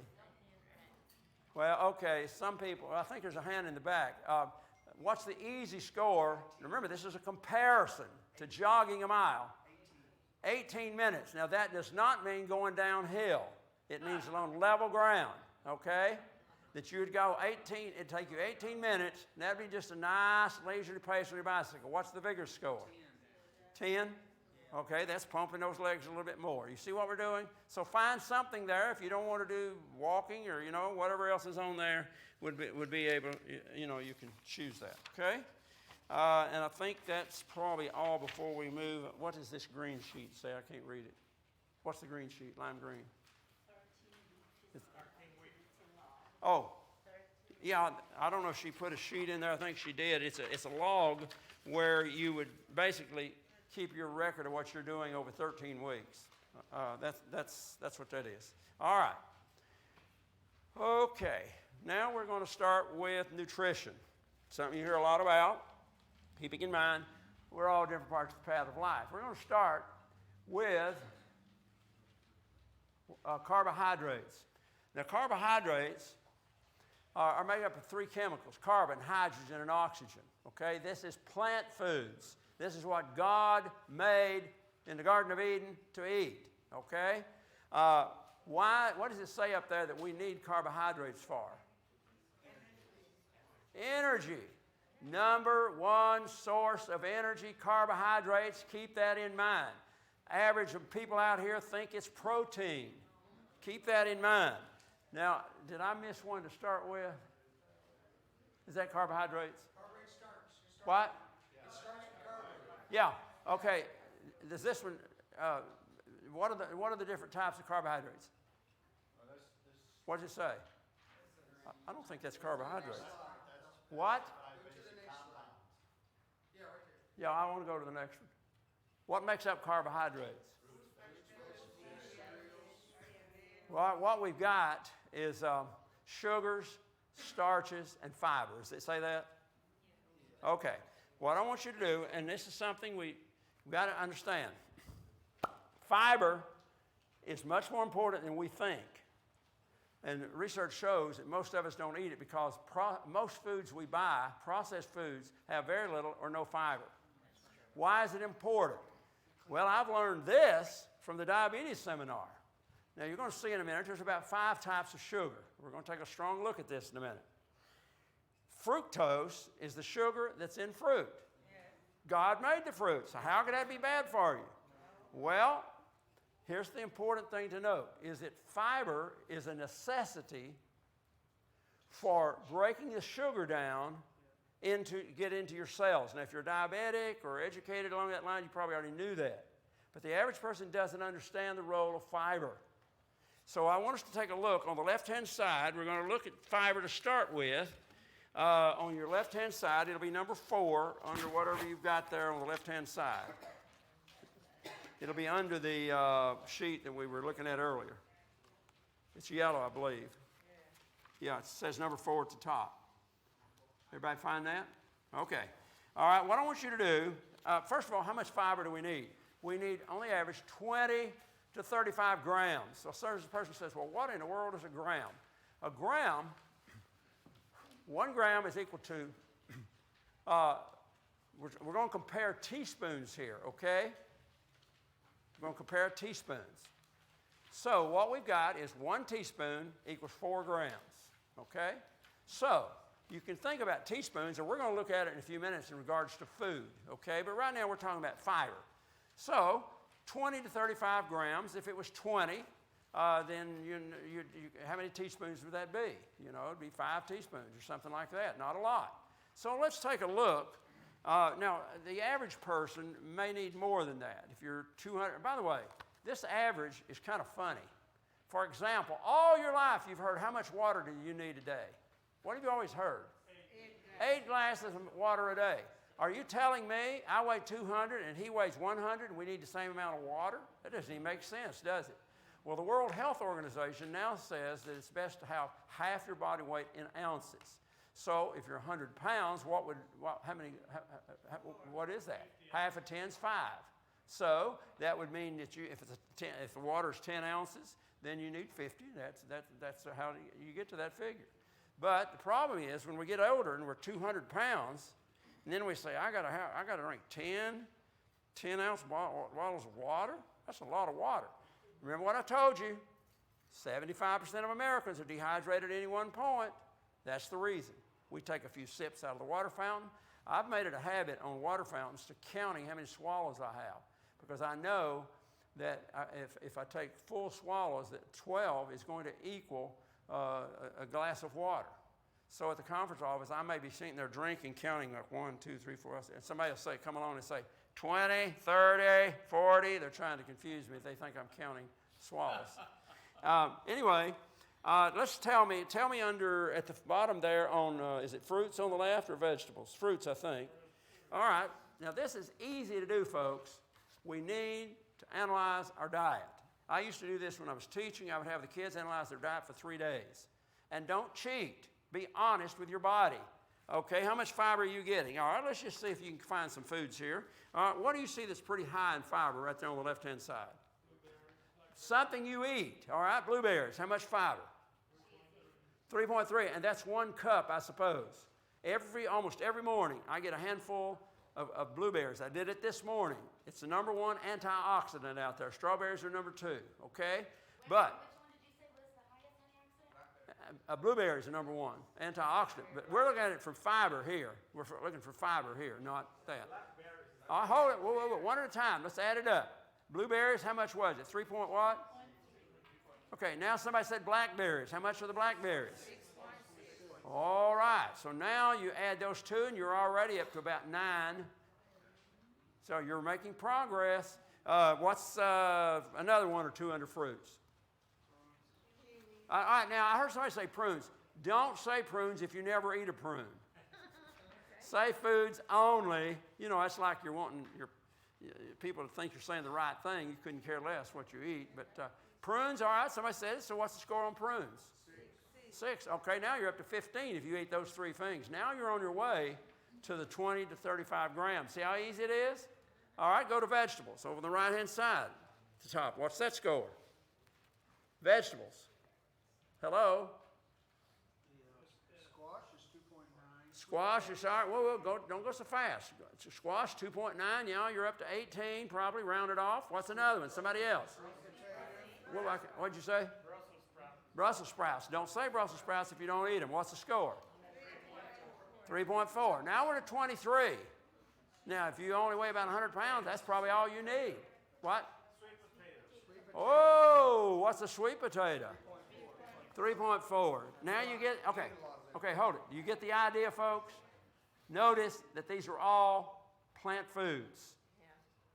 Now, anything you're buying that's processed, and that includes meat, you're going to get virtually no fiber, very little fiber.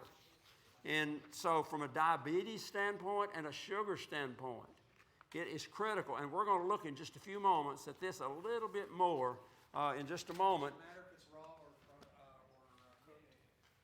I'm sorry? Raw or cooked. Well, obviously, the raw foods are better for you. That's how they were made. Now, not everybody can keep raw foods, and it can be an expensive problem. So at least eat some of the things that's got a chance, okay? All right. Now let's go ahead. I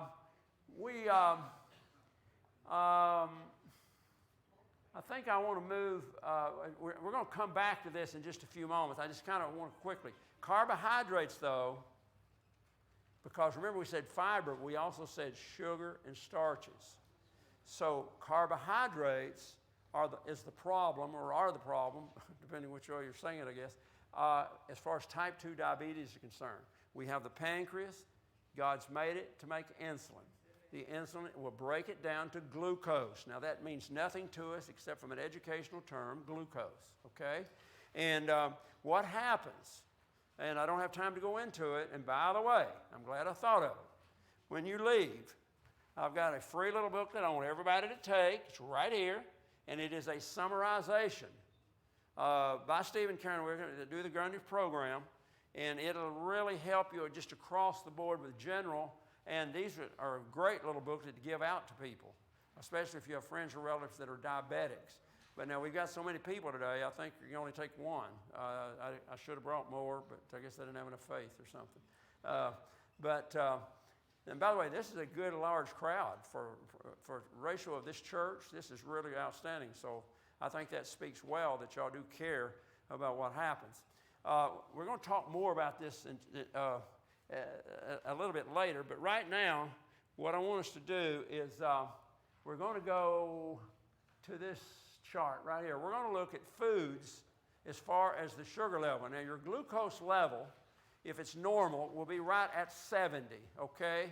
Maybe a little 60, 70, depending on your body size, okay? Once it's over 100,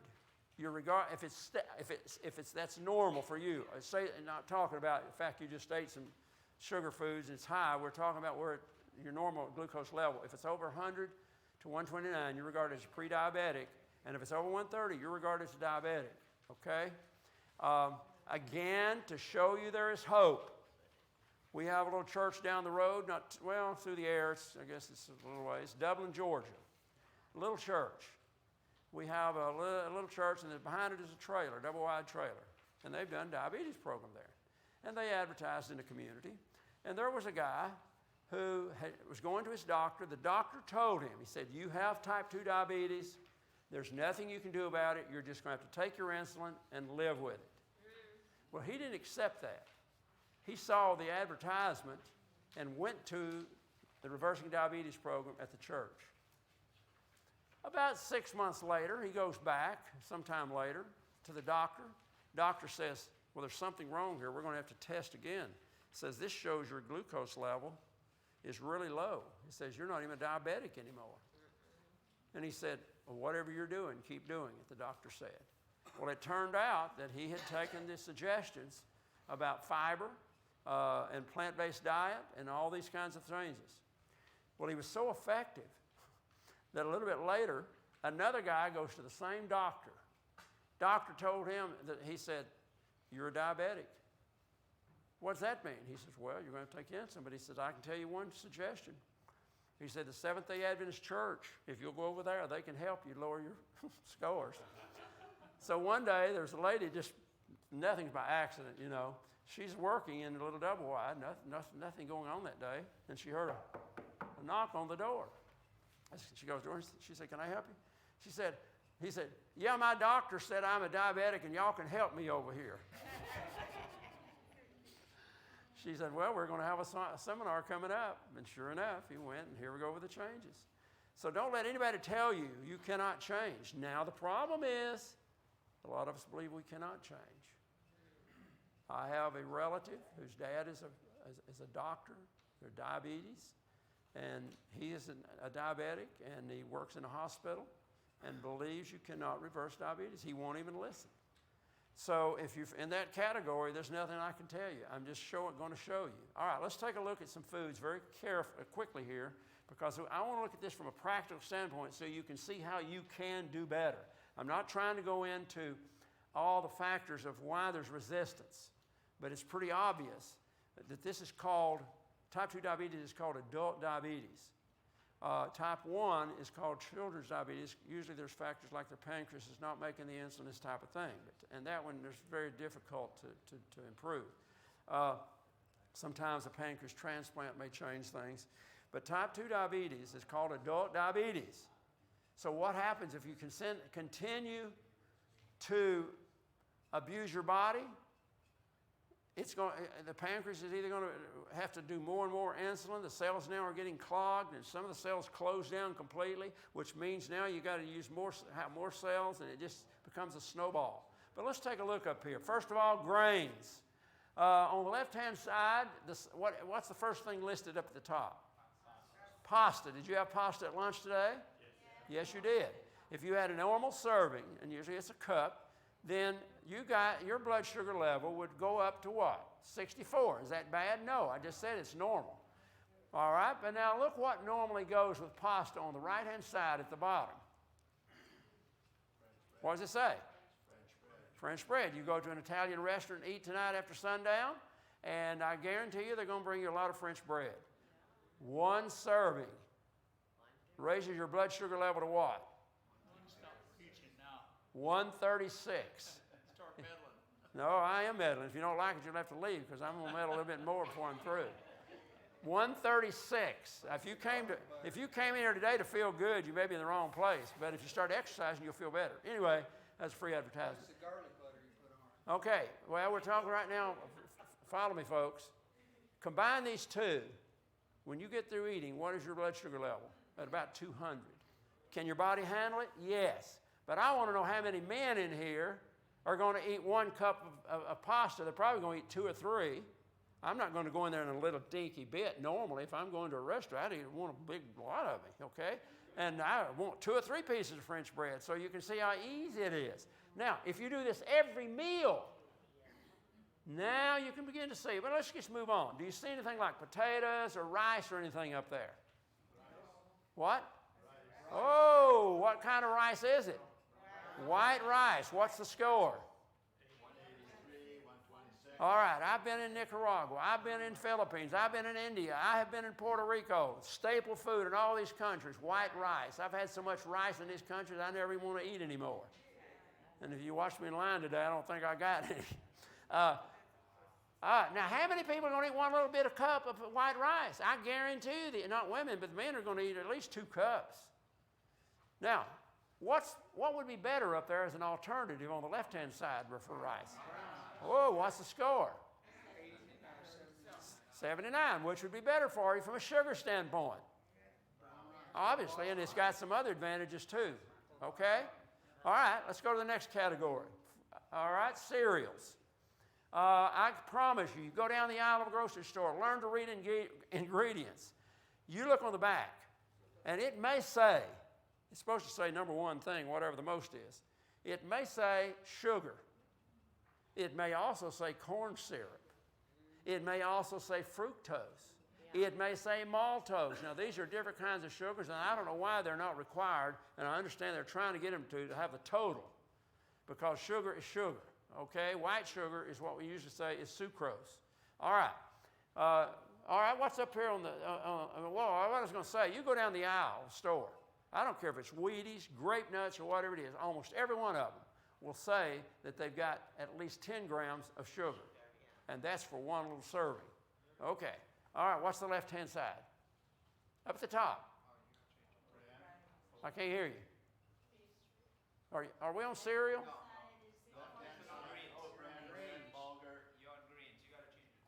I haven't changed it? Oh, I pushed the button. It just didn't go. Okay. No, it didn't change still. Try again. Thank you. Have patience with the blind man, okay? All right. Now what's the one on the left-hand side? If you don't ever eat this, don't say it. So let's take what's next after that. Auburn. That's more realistic to some of the processed cereals. And what's the score? 60. That's not bad. Go to the upper on the right-hand side. Very lowest.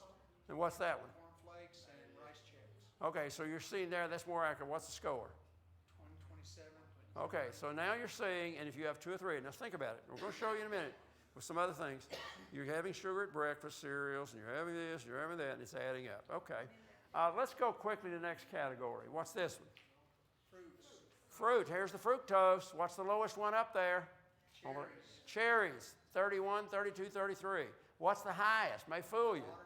Watermelon. What is it, 104 or something like that?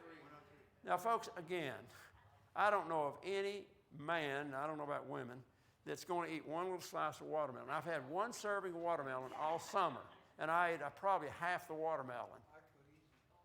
So, you're likely going to get a lot more than that. Now, there is some fiber in it. Okay, remember that's critical. Where does the problem come where fructose in fruit is concerned? When we make the juices. God made the apple with its own fiber. That's why fruit is good for you.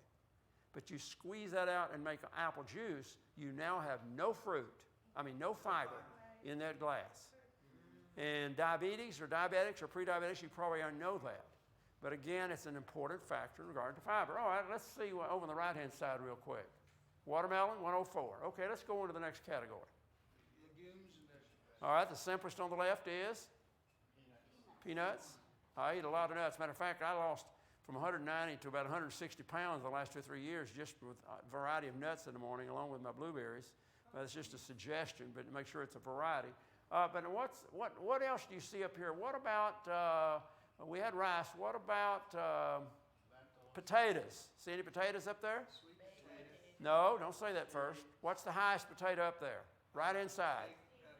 Parsnips and Baked potato. What is the score? 121. All right. Now look at the sweet potato on the left. What does it say? Well, you mean 77. What? 78. 78. So which is better for you? Just like the white rice. Which is better for us from a sugar standpoint? Sweet is better for you. Well, the sweet potato is much lower in sugar. Even though it says sweet. What? Yeah, and there's other things up there. You got these charts in your folder, so you can look at them later. I'm just trying to take a quick glance through here. What's this category? Sugars. Yeah, there's your sugars. It mentions the maltose, the sucrose, and all those. The next category I want to show you now, we're going to go to protein, and we're looking again. Now, this time it is important for us to look at the artery situation. We've already talked about the heart itself. Now we're talking about arteries. So somebody read the problem with this artery. What does it say? It says it's a 4-to-1 ratio of the opening versus the wall. Okay, let's look at the next one. What does that one say? Somebody read it over here. I haven't heard anybody read over here, nice and loud. Somebody read. There are usually no signs of disease until. I can't hear you. There are usually no signs of disease until 90. Okay. I'm going to get somebody reading over here loud in a minute because they seem to keep dominating over here. There are usually no signs of disease until 90 to 95%. Thank you. Thank you, atta girl. All right. Okay. Notice what it says. No sign of being a diabetic or a cholesterol problem. Folks, we've got to get regular, some kind of test. You've got to get your protein test and sugar. I don't care how you get it. I think it should be every year, but some people say every 2 years. Okay? You're not going to know just by guessing. So you could have a 95% blockage today and not even know it. First heart attacks usually kill people. I had a sister-in-law just 3 weeks ago. She had already had some problem, but they had to revive her 2 different times with another heart attack. And so it's not anything to play with, okay? This one is even tougher. Somebody, again, over here, I liked how you read that. Read it again. Go ahead. It's not too much. This artery is 99% plugged with buildup of cholesterol and plaque. Okay. 99% clogged, and what's the number factor? We said cholesterol and plaque, okay? Some people tell you, I've heard doctors say, oh, cholesterol is overrated. You get yours under 200, it's okay. Take your medication. No, it's not okay. The Framingham Heart Study, the largest heart study done in America, did not find one single heart attack with cholesterol was under 150 on a regular basis. Your goal ought to be to get it under 150, not 200. And your test with the doctors can tell you that. And now there are other factors. Somebody today, I think, told me before we started that their cholesterol is really high, and sometimes there are reasons other than dietary. But you're going to see, and I'm going to show you a video at the end, so I'm not going to spend a lot of time on this section right here. The video is going to show you, for instance, one egg has 200 milligrams of cholesterol. So if you have 2 eggs, that's 400 milligrams. What about all the hidden foods that's got eggs in it? So heart disease, it's not an accident, folks. It's not an accident. My cholesterol used to be, I became a vegetarian when I was in high school. When I first started here, I was a vegetarian, but my cholesterol was still over 200. But it wasn't until about 5 years after that that I cut out milk, eggs, and cheese. Yeah. And my cholesterol, right down under 150. And it's in the vicinity most of the time to 140, 160. It's never, I mean, if it's higher than that, there's some kind of error or something.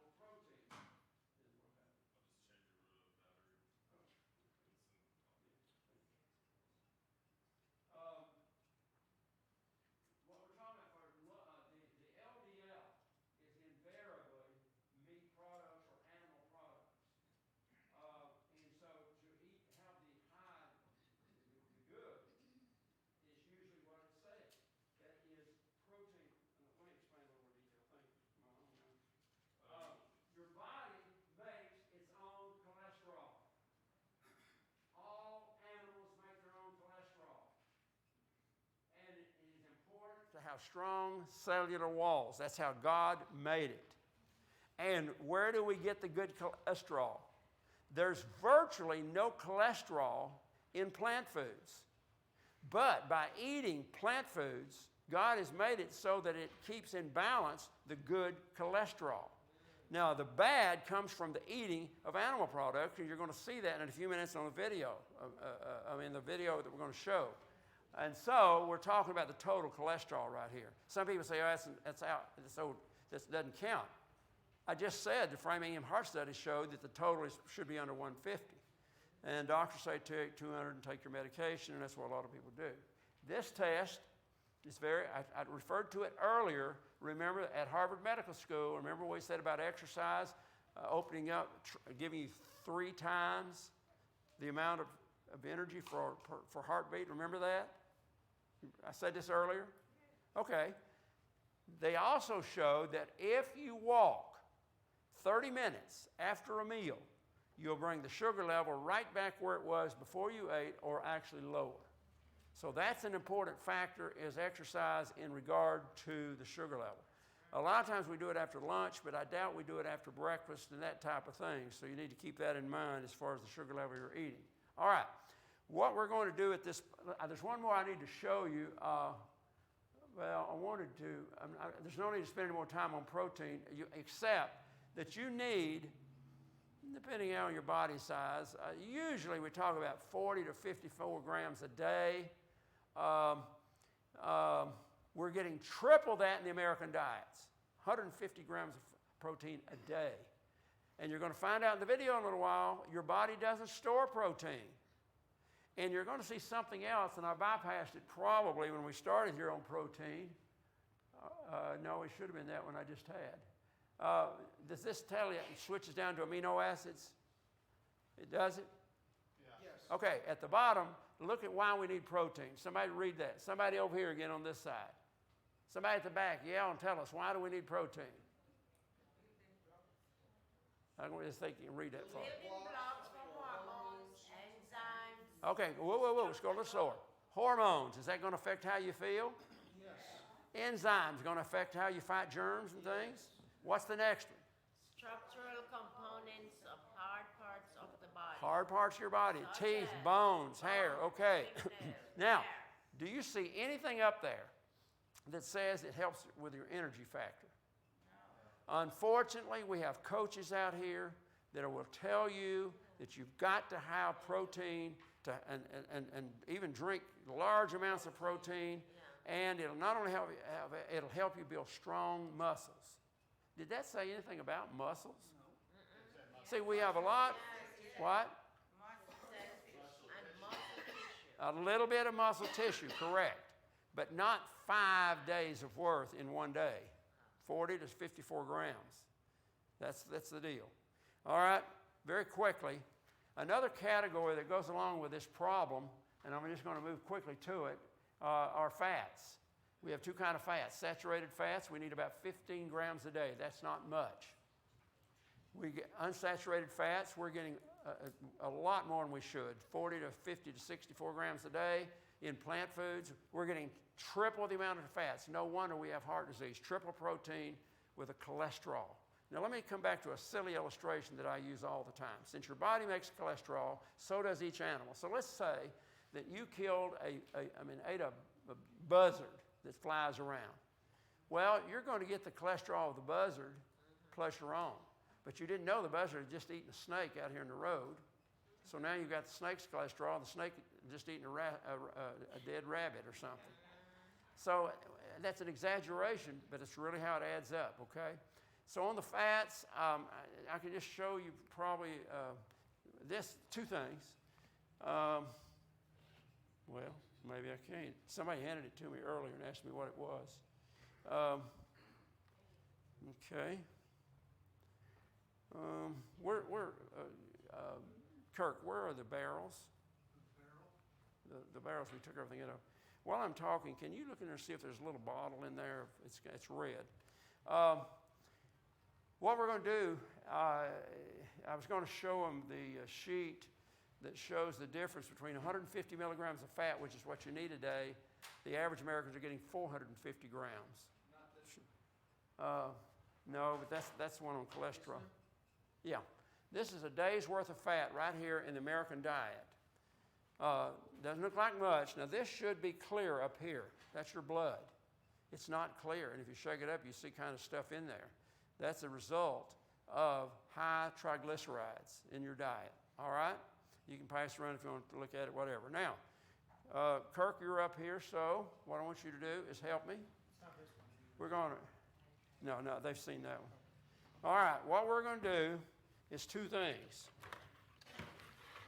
First of all, we're going to go back, and because I meant to do it a minute ago, we're going to take a look at some practical foods in regards to sugar. So what he's going to do is tell you what he's reading, and you're going to have to read it and tell him how much it is. What is the first category? This is chocolate milk.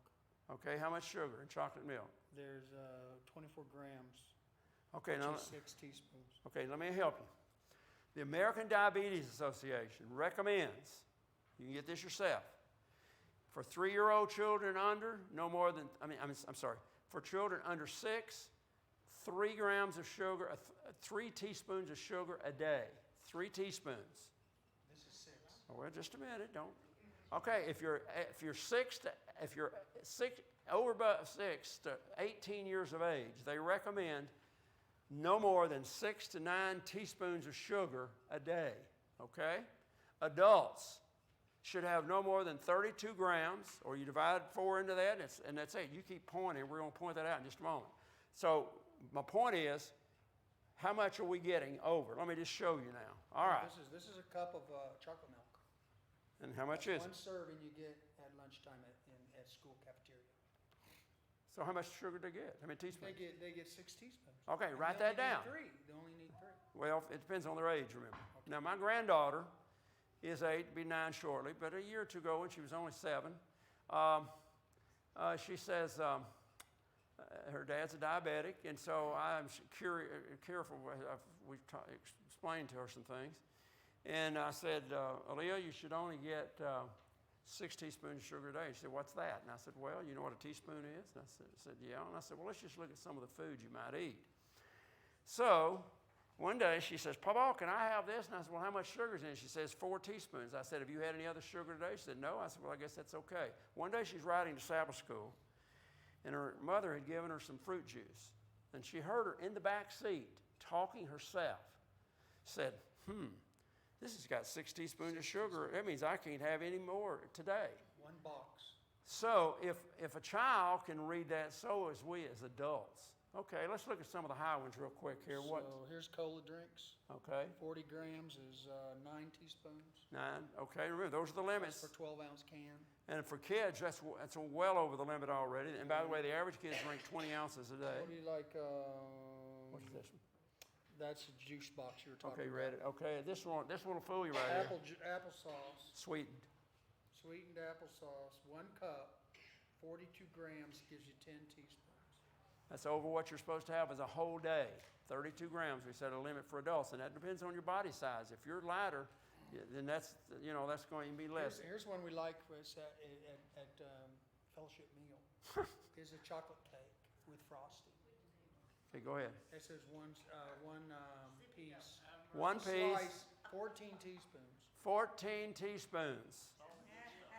Well, okay, folks, we're not, we can laugh all we want. I'm just telling you the facts. If you want to find out about diabetes, these are the reasons, okay? All right, what's So let's next? have this instead. This gives us our granola bar with chocolate chips. That's only 2 teaspoons. Okay, I'm going to show some So other. let's put those down. I've got some charts we'll show you in a few minutes as far as good or against bad. Okay, that's All right. all we're going to do on All that right, one. All right, neither one on fats now. I'm going to show you at the end here in a few minutes some comparative charts. No, that just shows what we've been talking about. So, all right, now we're on fats. And remember, the cholesterol and fats are going to be probably equal because they're from the same source. All right, the first thing. First thing is hamburger. All right, how much, what? 80% lean even. Okay, All right, 15 grams gives us 3 tablespoons. okay, so. Is it teaspoons or teaspoons? It's teaspoons. Teaspoons. But you can measure that if you want to. Remember, in the fats, you're only supposed to have 15 grams a day as far as the saturated fat. So that's all right there. But what usually goes with it down here on the bottom? You get potato chips. No. Well, right above it, French fries somewhere. Right Fries right here. there. Okay.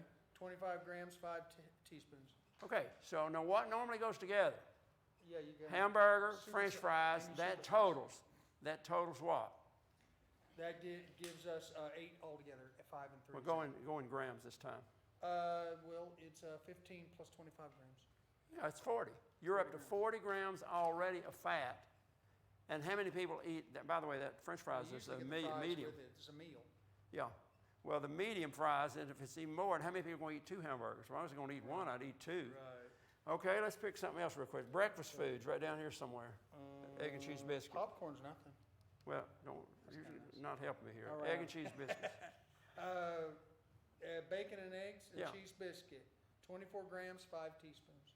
24 grams, and that's 1. So who's going to eat 1 biscuit? Maybe eat 2. Now do you get a little idea of see how quickly we're totaling all these things up? It adds up. Yeah, it really does. And that's, well, let's see, what's that one? This one is chicken nuggets, Chicken? That's not got much fat, is 20 it? grams, 4 teaspoons. Yeah, you'll see on the video in a few moments it's got just much fat as any But other thing. these ranch dressings, that's what we put on things. Okay, once That's again, pretty interesting. well, once again, you're getting ahead because I'm going to show him something. Kirk's going to learn how we do this. All right. Now, he keeps wanting to tell you comparisons, so we're going to do that. Right here, this is showing the fats. We're going to start with these strawberries and read this little chip. Just read what you got there. 1 chocolate peanut candy equals 9 strawberries. In other words, you could have nine Strawberries for that one little piece of candy. Does it say 9 strawberries or 9 something else? 9 strawberries. Okay, and it's 0.7. 0.6 grams of 0.6, that's not much. No. But if you eat two chips, now you're at 1.2. And who's going to eat just 2? See, it starts adding up. I'm going to fill up on strawberries. Look at this one. 5 pounds of grapes is 1 chocolate chip. 1 chocolate chip. The score, what is the score? 0.7? 0.7 grams. Okay, let's just say you had 5 chips. That's going to be 3.5 grams One of fat. chocolate chip cookie has more than 1 chip. I thought it said point. Well, I'm just saying you get more in a chocolate chip cookie. But why do you keep going off on that? We're talking about what this thing right here. Sure, I'm there's just that. saying we get a lot. Well, my more point than is you're not going to eat just 1 little bitty chip. You're going to eat at least 5 to 10. Point Okay? well taken. All right. Where's the one? One here shows ranch dressing. I don't remember which one it is. Ranch Probably this one. Look and see. dressing, It may be this one. Look and see. Okay, let's try it. Vegetable platter with fat-free bacon dip equals 0 grams of fat. Well, we're not. Somewhere there's. 1 cracker with sour cream spinach dip, 6 grams of fat. Is that what you wanted? No, there's one with ranch dressing here somewhere. This has a dab of mayo. What about this one? That's fruit salad. Maybe this one here. Plain garden salad, no grams of fat. But the plain garden salad with feta cheese and olive is 7 grams of fat. Okay, I don't know. I thought it was here somewhere. Okay, we're going to Maybe stop it's there. not on All right. We're going to stop now. Are there any questions? I've got something else I want to show you before we look at the video. The video will take off on all this stuff. We just showing. Okay, push the wrong button again. Let's see if you hit the wrong one. Okay, I want us to look at this in just a moment because we're told the problem of eating between meals, and we take this lightly. This is the only test that I have found that shows the effects. Normally, food is in your stomach and out in 4.5 hours. That's a regular meal. Now, at Thanksgiving, you eat 3 plates of food. You may not be hungry for a day, but you see what I'm saying? So look up here just a moment. This test shows that one person had food is out of his stomach 4.5 hours. The other person had something at mid-morning. What does it say? Ice cream cone 2 hours after meal. Ice cream cone 2 hours after meal. So you ate at 7:30 this morning. You had an ice cream cone at 10 o'clock. Instead of being out of your food at 12 o'clock, out of your stomach at 12 o'clock, it's now going to be in there till about, you said 6.5 hours, 6 hours? That's going to be about 1 o'clock or 2 o'clock. And now you eat another ice cream cone in the middle, and it starts getting worse. But look at the next one. Person number 2, what did they have? Same person. Would you read that for us? Or the peanut butter sandwich, 2 Oh. hours after meal. How much? 2 hours after meal. Okay, but what's the effect? 9 hours. 9 hours. So you ate breakfast at 7:30. You had a peanut butter jelly sandwich at 10 instead of being out of your stomach at 12. It's now not going to be out till 9 hours later, which is going to be what, 3:30, something like that in the afternoon. And now you're going to have another something in between meals, and you can see why your stomach starts having problems. The same thing goes on. It finally says a bit of chocolate can affect your food for 13 hours. And I just wanted to point that out. It's just a little something. We need to really be careful how we're eating a lot between meals, okay? All right, if you want to stand up while we're getting ready, he's going to put the film on in just a moment. I want to explain this. The film is downstairs. Oh, that's right. Thank you. It's going to give us more exercise. What we're going to do is go downstairs. It won't show up here, so we got to go downstairs, which is good exercise. But don't leave. As soon as we're through with that, we're going to come up, have our drawings, and you'll get your books and magazines and other things. So we're going to go down. Let me just say something about the video. The guy is not a Seventh-day Adventist. I have shown it here. I've been showing it through the years because I like it from a scientific standpoint. I think he does better than most others. And remember, none of us are at the same part of the path of life. I'm not trying to make you feel guilty. I'm just, from an educational standpoint, want us to see he is not coming from a religious standpoint. He's coming from a scientific standpoint. Let's go downstairs. Try not to get lost between here and there so we can start on time.